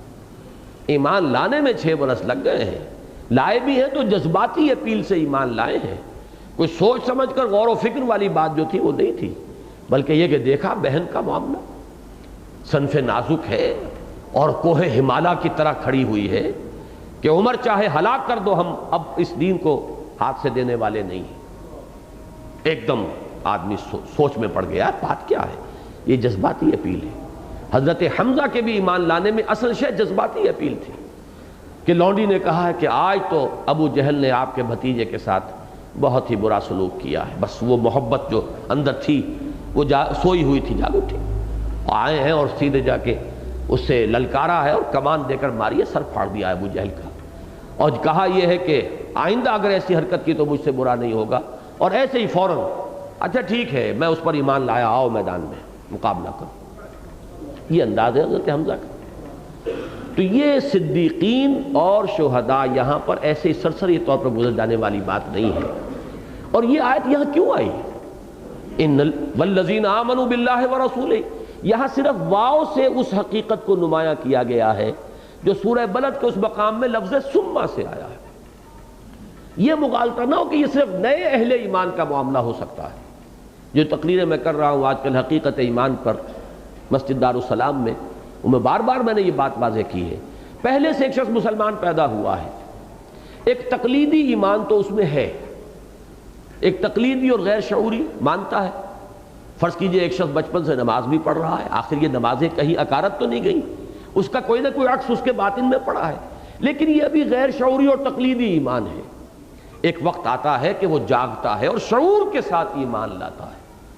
یہ شعور کے ساتھ ایمان لانا اور پھر ایک فیصلہ کرنا کہ اب ہر چہ باد آباد ماں کشتی درا بنداختیم، اب میں نے اللہ کو مانا ہے تو ایسے مانوں گا جیسے ماننے کا حق ہے، اب میں نے رسول کو مانا ہے تو ایسے مانوں گا جیسے کہ رسول کو ماننے کا حق ہے۔ یہ جو شعوری ایمان ہوتا ہے، اس کے ضمن میں یہ بات سمجھ لیجئے، اگر اس وقت بھول چوک ہو گئی اور مال کی محبت کی کثافت اور نجاست کو دل سے نہیں نکالا تو بھی گاڑی نوکنگ کرے گی، بریک لگا رہے گا، آگے نہیں چل سکے گا۔ اس کے لیے بھی لازم ہے کہ اب سلوک قرآنی کی اس پہلی شرط لازم کو پورا کیا جائے، مال کو دیا جائے، خرچ کیا جائے، لگایا جائے اللہ کی راہ میں۔ اس سے اصل میں وہ کثافت جو ہے اندر کی صاف ہوگی کہ اب پھر ایمان کی کھیتی جو ہے لہلہائے گی، اس لیے کہ نجاست جو ہے وہ نکل چکی ہے، زمین کی تطہیر ہو چکی ہے، اب اس میں ایمان کا بیج پڑے گا۔ ثم کان من الذین آمنوا وتواصوا بالصبر وتواصوا بالمرحمہ، یہ ربط ہے اس کا۔ ان المصدقین والمصدقات واقرضوا اللہ قرضا حسنا یضاعف لهم وَلَهُمْ أَجْرٌ كَرِيمٌ وَالَّذِينَ آمَنُوا بِاللَّهِ وَرُسُلِهِ أُولَٰئِكَ هُمُ الصِّدِّيقُونَ وَالشُّهَدَاءُ عِندَ رَبِّهِمْ۔ اس آیت کے بارے میں تو یہ چاہتا ہوں کہ آپ اس درس کے ساتھ ساتھ اللہ تعالیٰ آپ کو توفیق دے، آپ کچھ تفاسیر دیکھیے، اسی میں پھر تقابل آپ کر سکیں گے کہ کیا کیا باتیں وہاں آئی ہیں، یہاں کیا چیز کس بات کی طرف توجہ دلائی گئی ہے۔ ایک یہاں پر اور بھی کافی اختلاف والی بات رہی ہے، بعض حضرات کے نزدیک صدیقون پر جملہ ختم ہو جاتا ہے، والذین آمنوا باللہ ورسلہ اولئک ھم الصدیقون، جملہ ختم، آگے نیا جملہ شروع ہو رہا ہے والشہداء عند ربہم۔ اب یہ شہداء جو ہے یہاں پر پھر مبتدا بنے گا، اور یا تو اس کی خبر ہوگی عند ربہم، اور یا یہ صفت بنے گا اور شہداء موصوف، اور لہم اجرہم و نورہم یہ خبر بنے گی۔ اور ایک رائے یہ ہے کہ یہ ایک ہی جملہ ہے، میں پوری طرح جازم ہوں اس رائے پر کہ یہ ایک ہی جملہ ہے، اور اس کا اصل تعلق سابق والی آیت سے کیا ہے کہ جو لوگ اس صدقے اور اللہ کو قرض حسنہ دے کر اپنے دلوں کے اندر حل چلا چکے ہوں گے، اس کی کثافتوں کو نکال چکے ہوں گے، وہ جب شعوری طور پر ایمان لائیں گے، ایک دلی ذہن اور قلب کے فیصلے کے ساتھ اللہ پر اور اس کے رسولوں پر، اب ان کے لیے مراتب عالیہ کھلے ہیں، ترقی کے راستے ان کے لیے کھلے ہیں، وہ بریک کھل چکا ہے، اس باٹل نیک میں سے وہ گزر آئے ہیں۔ اب یہ معاملہ ہوگا افتاد طبع کے اعتبار سے، کسی کے مزاج میں دروں بینی زیادہ ہے، کسی کے مزاج کے اندر خارج سے دلچسپی زیادہ ہے، کوئی ایکسٹروورٹ زیادہ ہے، کوئی انٹروورٹ زیادہ ہے، کسی کے اندر قوت فعلی زیادہ ہے، کسی کی قواعد فکریہ زیادہ ہیں، تو اپنے اپنے استاد تباہ کے اعتبار سے اب صدیقیت اور شہادت کے مقامات تک رسائی حاصل ہو جائے گی۔ یہ ہے اس آیت کا اور بالکل ایک جملے کی حیثیت سے مفہوم، اور ان چاروں آیات کے ساتھ اس کا جڑ کر جو تعلق چلا آ رہا ہے، اسی لیے میں نے ان چاروں کے لیے ایک عنوان معین کیا، اور وہ ہے سلوک قرآنی۔ فرمایا لہم اچھا شہداء عند ربہم، اس کو بھی سمجھ لیجئے۔ دعوت اور تبلیغ کے نتیجے میں دنیا میں اتمام حجت ہوتی ہے۔ رسول اپنی دعوت کے نتیجے میں حجت قائم کر دیتا ہے اپنی امت پر، جیسے کہ حضور صلی اللہ علیہ وسلم نے حجۃ الوداع میں گواہی لے لی، الا هل بلغت، اور پورے مجمع نے گواہی دی، انا نشهد انک قد بلغت وادیت ونصحت۔ اب اس کا ظہور ہوگا قیامت کے دن کہ ہر امت پر اس کا رسول کھڑا ہو کر گواہی دے گا، پروزیکیوشن وٹنس کی حیثیت سے، سرکاری گواہ کی حیثیت سے، کہ اللہ تیرا پیغام، تیری وحی، تیرا دین جو مجھ تک آیا تھا میں نے پہنچا دیا تھا بلا کم و کاست۔ میں نے ان کی مخالفتوں کی پرواہ نہیں کی، ان کے استہزاء کی پرواہ نہیں کی، ان کی ایذا کی پرواہ نہیں کی، انہوں نے جو بھی کچھ میرے ساتھ کیا جھیلا اور برداشت کیا، تیرا پیغام پہنچا دیا۔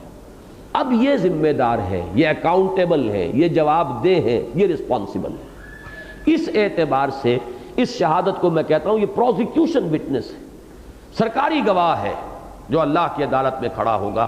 اور یہی گواہی دیں گے کون؟ اب رسول صلی اللہ علیہ وسلم کے انتقال کے بعد اس امت کو یہی کام کرنا ہے۔ اس امت میں سے جو لوگ یہ حجت قائم کریں گے لوگوں کے اوپر، مسلسل نسلاً بعد نسل، پوری نوع انسانی تک اس دین کو پہنچانے کی ذمہ داری چونکہ اس امت پر ڈالی گئی ہے، لہذا یہ شہداء علی الناس ہے۔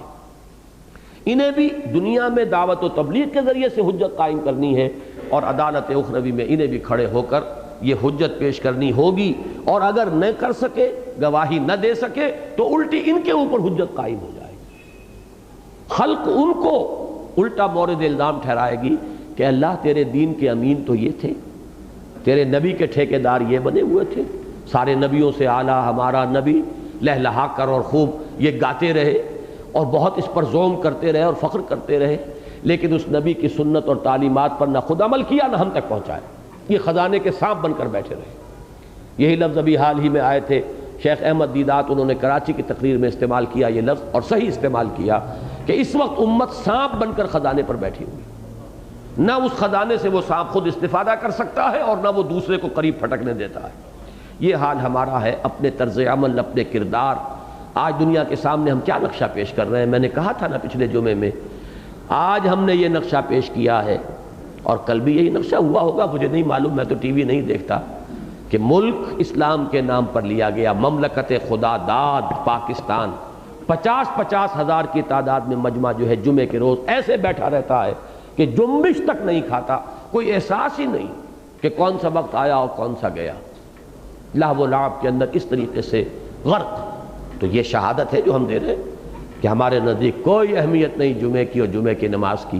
کہتا رہے قرآن، اذا نودی للصلاة من یوم الجمعۃ فاسعوا الی ذکر اللہ وذروا البیع، ہمیں کوئی اہمیت نہیں، یہ گواہی ہے جو عمل سے دے رہے ہیں۔ تو یہاں در حقیقت والشہداء عند ربہم، اپنے رب کے پاس گواہی دینے والے ہوں گے۔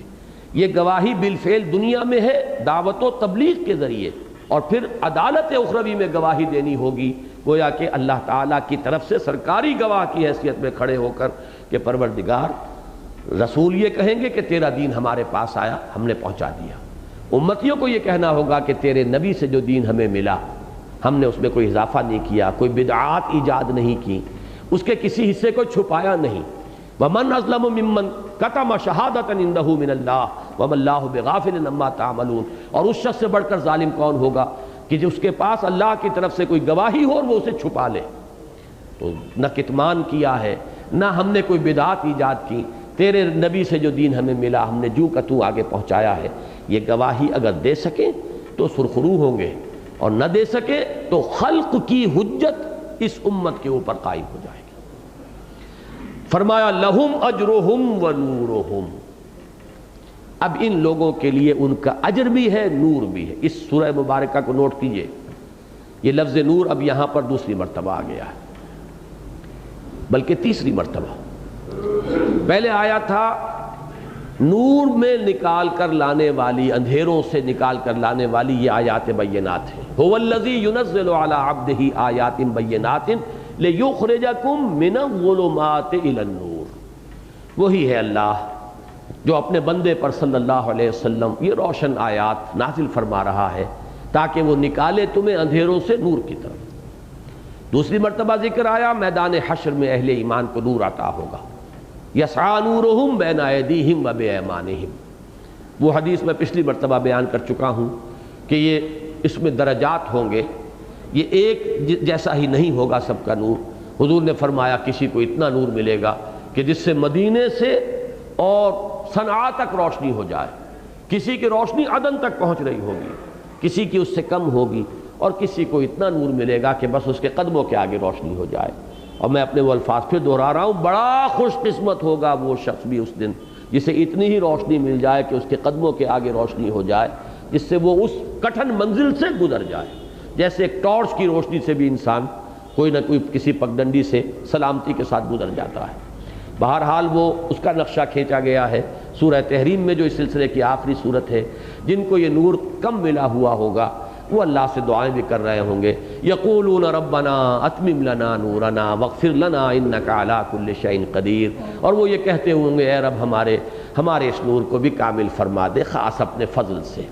ہماری کوتاہی رہی، ہماری کمیاں رہی، ہماری تقصیر رہی، ہم یہ نہیں کہتے کہ تو نے ہمارے ساتھ ناانصافی کی، ہماری ہی کمیاں اور کوتاہیاں اور کمزوریاں تھیں، لیکن تو اپنے فضل سے اتمم لنا نورنا واغفر لنا، ہماری ان خطاؤں اور کوتاہیوں اور تقصیروں کو معاف فرما دے اور اپنے فضل سے اس نور کا اتمام فرما دے۔ تو یہ دوسری تھی بات، اور تیسری مرتبہ یہاں آ گیا لہم اجرہم و نورہم۔ چوتھی مرتبہ پھر یہ لفظ نور آئے گا اس سورہ مبارکہ کے آخر میں، یا ایھا الذین آمنوا اتقوا اللہ وآمنوا برسولہ یؤتکم کفلین من رحمتہ ویجعل لکم نورا تمشون بہ ویغفر لکم۔ تو یہ اس سورہ مبارکہ میں خاص طور پر اس کو نوٹ کیجئے، اس نور کا ذکر جو ہے بار بار آ رہا ہے۔ لہم اجرہم و نورہم، ان کے لیے ہے ان کا اجر بھی ان کا نور بھی۔ والذین کفروا وکذبوا بآیاتنا، اور وہ لوگ کہ جنہوں نے چھپایا اور دبایا اور جھٹلایا ہماری آیات کو۔ یہ دو الفاظ بھی آتے ہیں تو یہ ایسے ہی نہیں آتے، جیسے ہم کہہ دیتے ہیں گورا چٹا یا اور اس طرح کے الفاظ صرف بات میں زور دینے کے لیے، ایسا نہیں ہے، بلکہ ان دونوں کا اپنا اپنا محل ہے۔ جیسے میں نے رؤوف اور رحیم کی آپ کے سامنے بڑی تفصیل سے وضاحت کی تھی۔ کفر کے اصل معنی ہے دبا دینا، چھپا دینا، اسی لیے یہ لفظ کفار آیا ہے قرآن مجید میں، یعجب الکفارہ، اگلے سبق کے اندر یہ لفظ آ رہا ہے۔ کاشتکار جو ہے اس کے لیے یہ لفظ آتا ہے، اس لیے کہ وہ بیج کو زمین میں چھپاتا ہے۔ کفر کے معنی دبا دینا، چھپا دینا۔ مقابلے کا لفظ ہے شکر، ظاہر کرنا۔ آپ کے اوپر کسی نے احسان کیا، اس احسان کے لیے کہ رد عمل میں ایک شکر کا جذبہ دل میں ابھرا، آپ نے اسے ظاہر کیا، یہ ہے شکر، اور اس کو دبا دیا، آپ کو زبان سے اس کا شکریہ ادا کرنے کی توفیق نصیب نہیں ہوئی، یہ ہے کفران نعمت۔ تو کفر اور شکر یہ مقابلے کے الفاظ ہیں۔ تو کفر اصل میں کیا ہے کہ ایمان کی جو گواہی ہماری فطرت میں موجود ہے، پھر یہ گواہی جاگتی ہے جبکہ وحی کا نور سامنے آتا ہے اور وحی کی دعوت سامنے آتی ہے، تو فطرت گواہی دیتی ہے کہ یہ حق ہے۔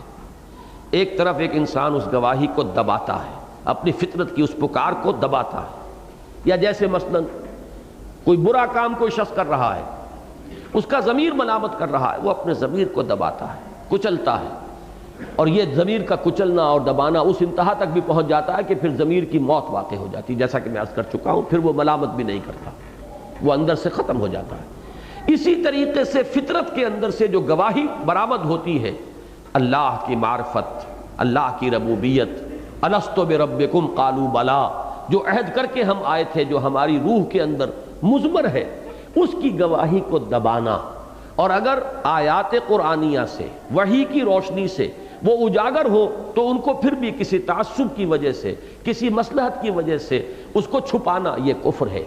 اور اس سے اگلا مرحلہ کیا ہے؟ جھٹلانا۔ نبی آیات بینات کے ذریعے سے حق کی دعوت دے رہا ہے، اب یہ ڈھٹائی کی انتہا ہے کہ نہیں تم غلط کہہ رہے ہو، یہ نہ تمہارے اوپر کوئی وحی نازل ہوئی ہے، نہ یہ اللہ کا پیغام ہے۔ اندر سے اپنی فطرت کی گواہی کو دبا رہا ہے، باہر سے تکذیب کر رہا ہے اللہ کی آیات کی۔ ان دونوں چیزوں کے مجموعے سے گویا کہ یوں سمجھیے کہ اس کا جرم جو ہے اپنی شناعت کے اعتبار سے آخری درجے کو پہنچ گیا۔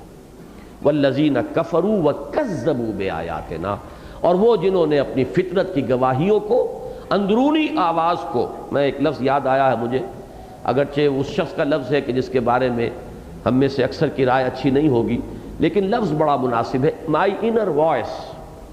یہ بہت سے حضرات کو یاد آ گیا ہوگا کہ یہ لفظ کون استعمال کیا کرتا تھا۔ ایک اندرونی آواز ہوتی ہے، اب اس شخص نے اسے صحیح استعمال کیا یا غلط استعمال کیا وہ جانے، لیکن واقعہ یہ ہے کہ فطرت کی آواز ہے، ضمیر کی آواز ہے، اندر سے فطرت گواہی دیتی ہے۔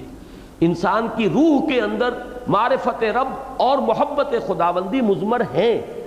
انسان در حقیقت جب خواہشات اور شہوات اور جذبات کی وہ پیروی کرتا ہے تو اپنے اندر کی ان گواہیوں کو دباتا ہے، اور دوسرے درجے میں جب خارج سے کوئی دعوت حق ان گواہیوں کو ابھارنا چاہتی ہے تو وہ ڈھٹائی کے ساتھ اس کو رد کرتا ہے اور ان کا انکار کرتا ہے۔ یہ ہے گویا کہ ظلمات بعضها فوق بعض۔ جب اندر کی فطرت کی آواز کے ساتھ باہر کی طرف سے جو اس کی توثیق کے لیے دعوت آئی اس کو بھی قبول کر لیا، یہ ہے نور علی نور یہدی اللہ لنورہ من یشاء ویضرب اللہ الامثال للناس واللہ بکل شیء علیم۔ اور وہ کیفیت، اندر کی آواز کو دبایا، باہر کی دعوت کو رد کیا اور جھٹلایا، یہ دو طرفہ کام ہے، ظلمات بعضها فوق بعض۔ تو فرمایا والذین کفروا وکذبوا بآیاتنا، اور وہ لوگ کہ جو چھپائیں گے، دبائیں گے اور جھٹلائیں گے ہماری آیات کو، اولئک اصحاب الجحیم، وہ جہنمی ہوں گے، وہ اس کے اندر ہمیشہ ہمیش رہیں گے۔ یہ 4 آیات تھیں جو آج ہم چاہتے تھے کہ ہم ان کا مطالعہ مکمل کر لیں۔ میں دوبارہ عرض کر رہا ہوں کہ ان کے لیے مناسب ترین اور موضوع ترین عنوان ہے سلوک قرآنی، اس لیے کہ اس کے ہدف بھی معین ہو گئے، اس لیے کہ کوئی شخص بھی اب نبوت کا تو کوئی اپنے اندر جو ہے امنگ نہ رکھے، وہ تو گیا، بلکہ پہلے بھی جیسا کہ میں نے عرض کیا وہ کسبی شے نہیں تھی، وہ وہبی ایک مقام اور مرتبہ تھا۔ محمد الرسول اللہ کے بعد اس کا دروازہ بند ہو چکا، البتہ صدیقیت اور شہادت کے مقامات بلند موجود ہیں، اپنی اپنی ہمت ہے، اپنی اپنی کوشش ہے، اپنی اپنی مناسبت تباہ کے اعتبار سے یہ راستہ یا وہ راستہ کھلا ہوا ہے۔ اس میں اصل شے کیا ہے؟ سلوک قرآنی کے لیے پہلا قدم ان المصدقین والمصدقات واقرضوا اللہ قرضا حسنا، دونوں کو جمع کیجیے گا انفاق۔ اب اس لفظ کو جیسا کہ میں نے پہلے کہا تھا پھر ذہن میں جوڑ لیجئے، نفاق کا علاج انفاق ہے۔ نفاق ایک مرض ہے، ایک بیماری ہے، اس کا علاج ہوگا انفاق سے۔ اگرچہ حروف اصلیہ ایک ہی ہیں لیکن معنی میں زمین و آسمان کا فرق ہے۔ نفاق بنا ہے نافقہ اور نفق، اس سے نفق سرنگ کو کہتے ہیں جس کے 2 منہ، نافقہ وہ گوہ کا بل ہے، اس کے بھی 2 دروازے ہوتے ہیں۔ تو 2 منہ انسان، ایک دوہرا کردار، کچھ ادھر بھی ہے کچھ ادھر بھی ہے، مذبذبین بین ذالک لا الہ ہؤلاء ولا الہ ہؤلاء، جو شخص کچھ ادھر بھی ہے کچھ ادھر بھی ہے، اس کے بارے میں یہ بھی کہہ سکتے ہیں کہ نہ ادھر ہے نہ ادھر ہے، لا الہ ہؤلاء ولا الہ ہؤلاء، یہ ہے نفاق۔ اور نفق الفرس، گھوڑا مر گیا، اور نفقت الدراہم، پیسے ختم ہو گئے، اس سے بنا ہے لفظ انفاق۔ مال اور جان اللہ کی راہ میں کھپانا علاج ہے منافقت یا نفاق کا۔ بارک اللہ لی ولکم فی القرآن العظیم ونفعنی وإیاکم بالآیات والذکر الحکیم۔ ذرا 2 منٹ تشریف رکھیے، ایک اچھی بات ہے، کئی اعتبارات سے اچھی ہے انشاءاللہ، کیوں جی وہ دوسری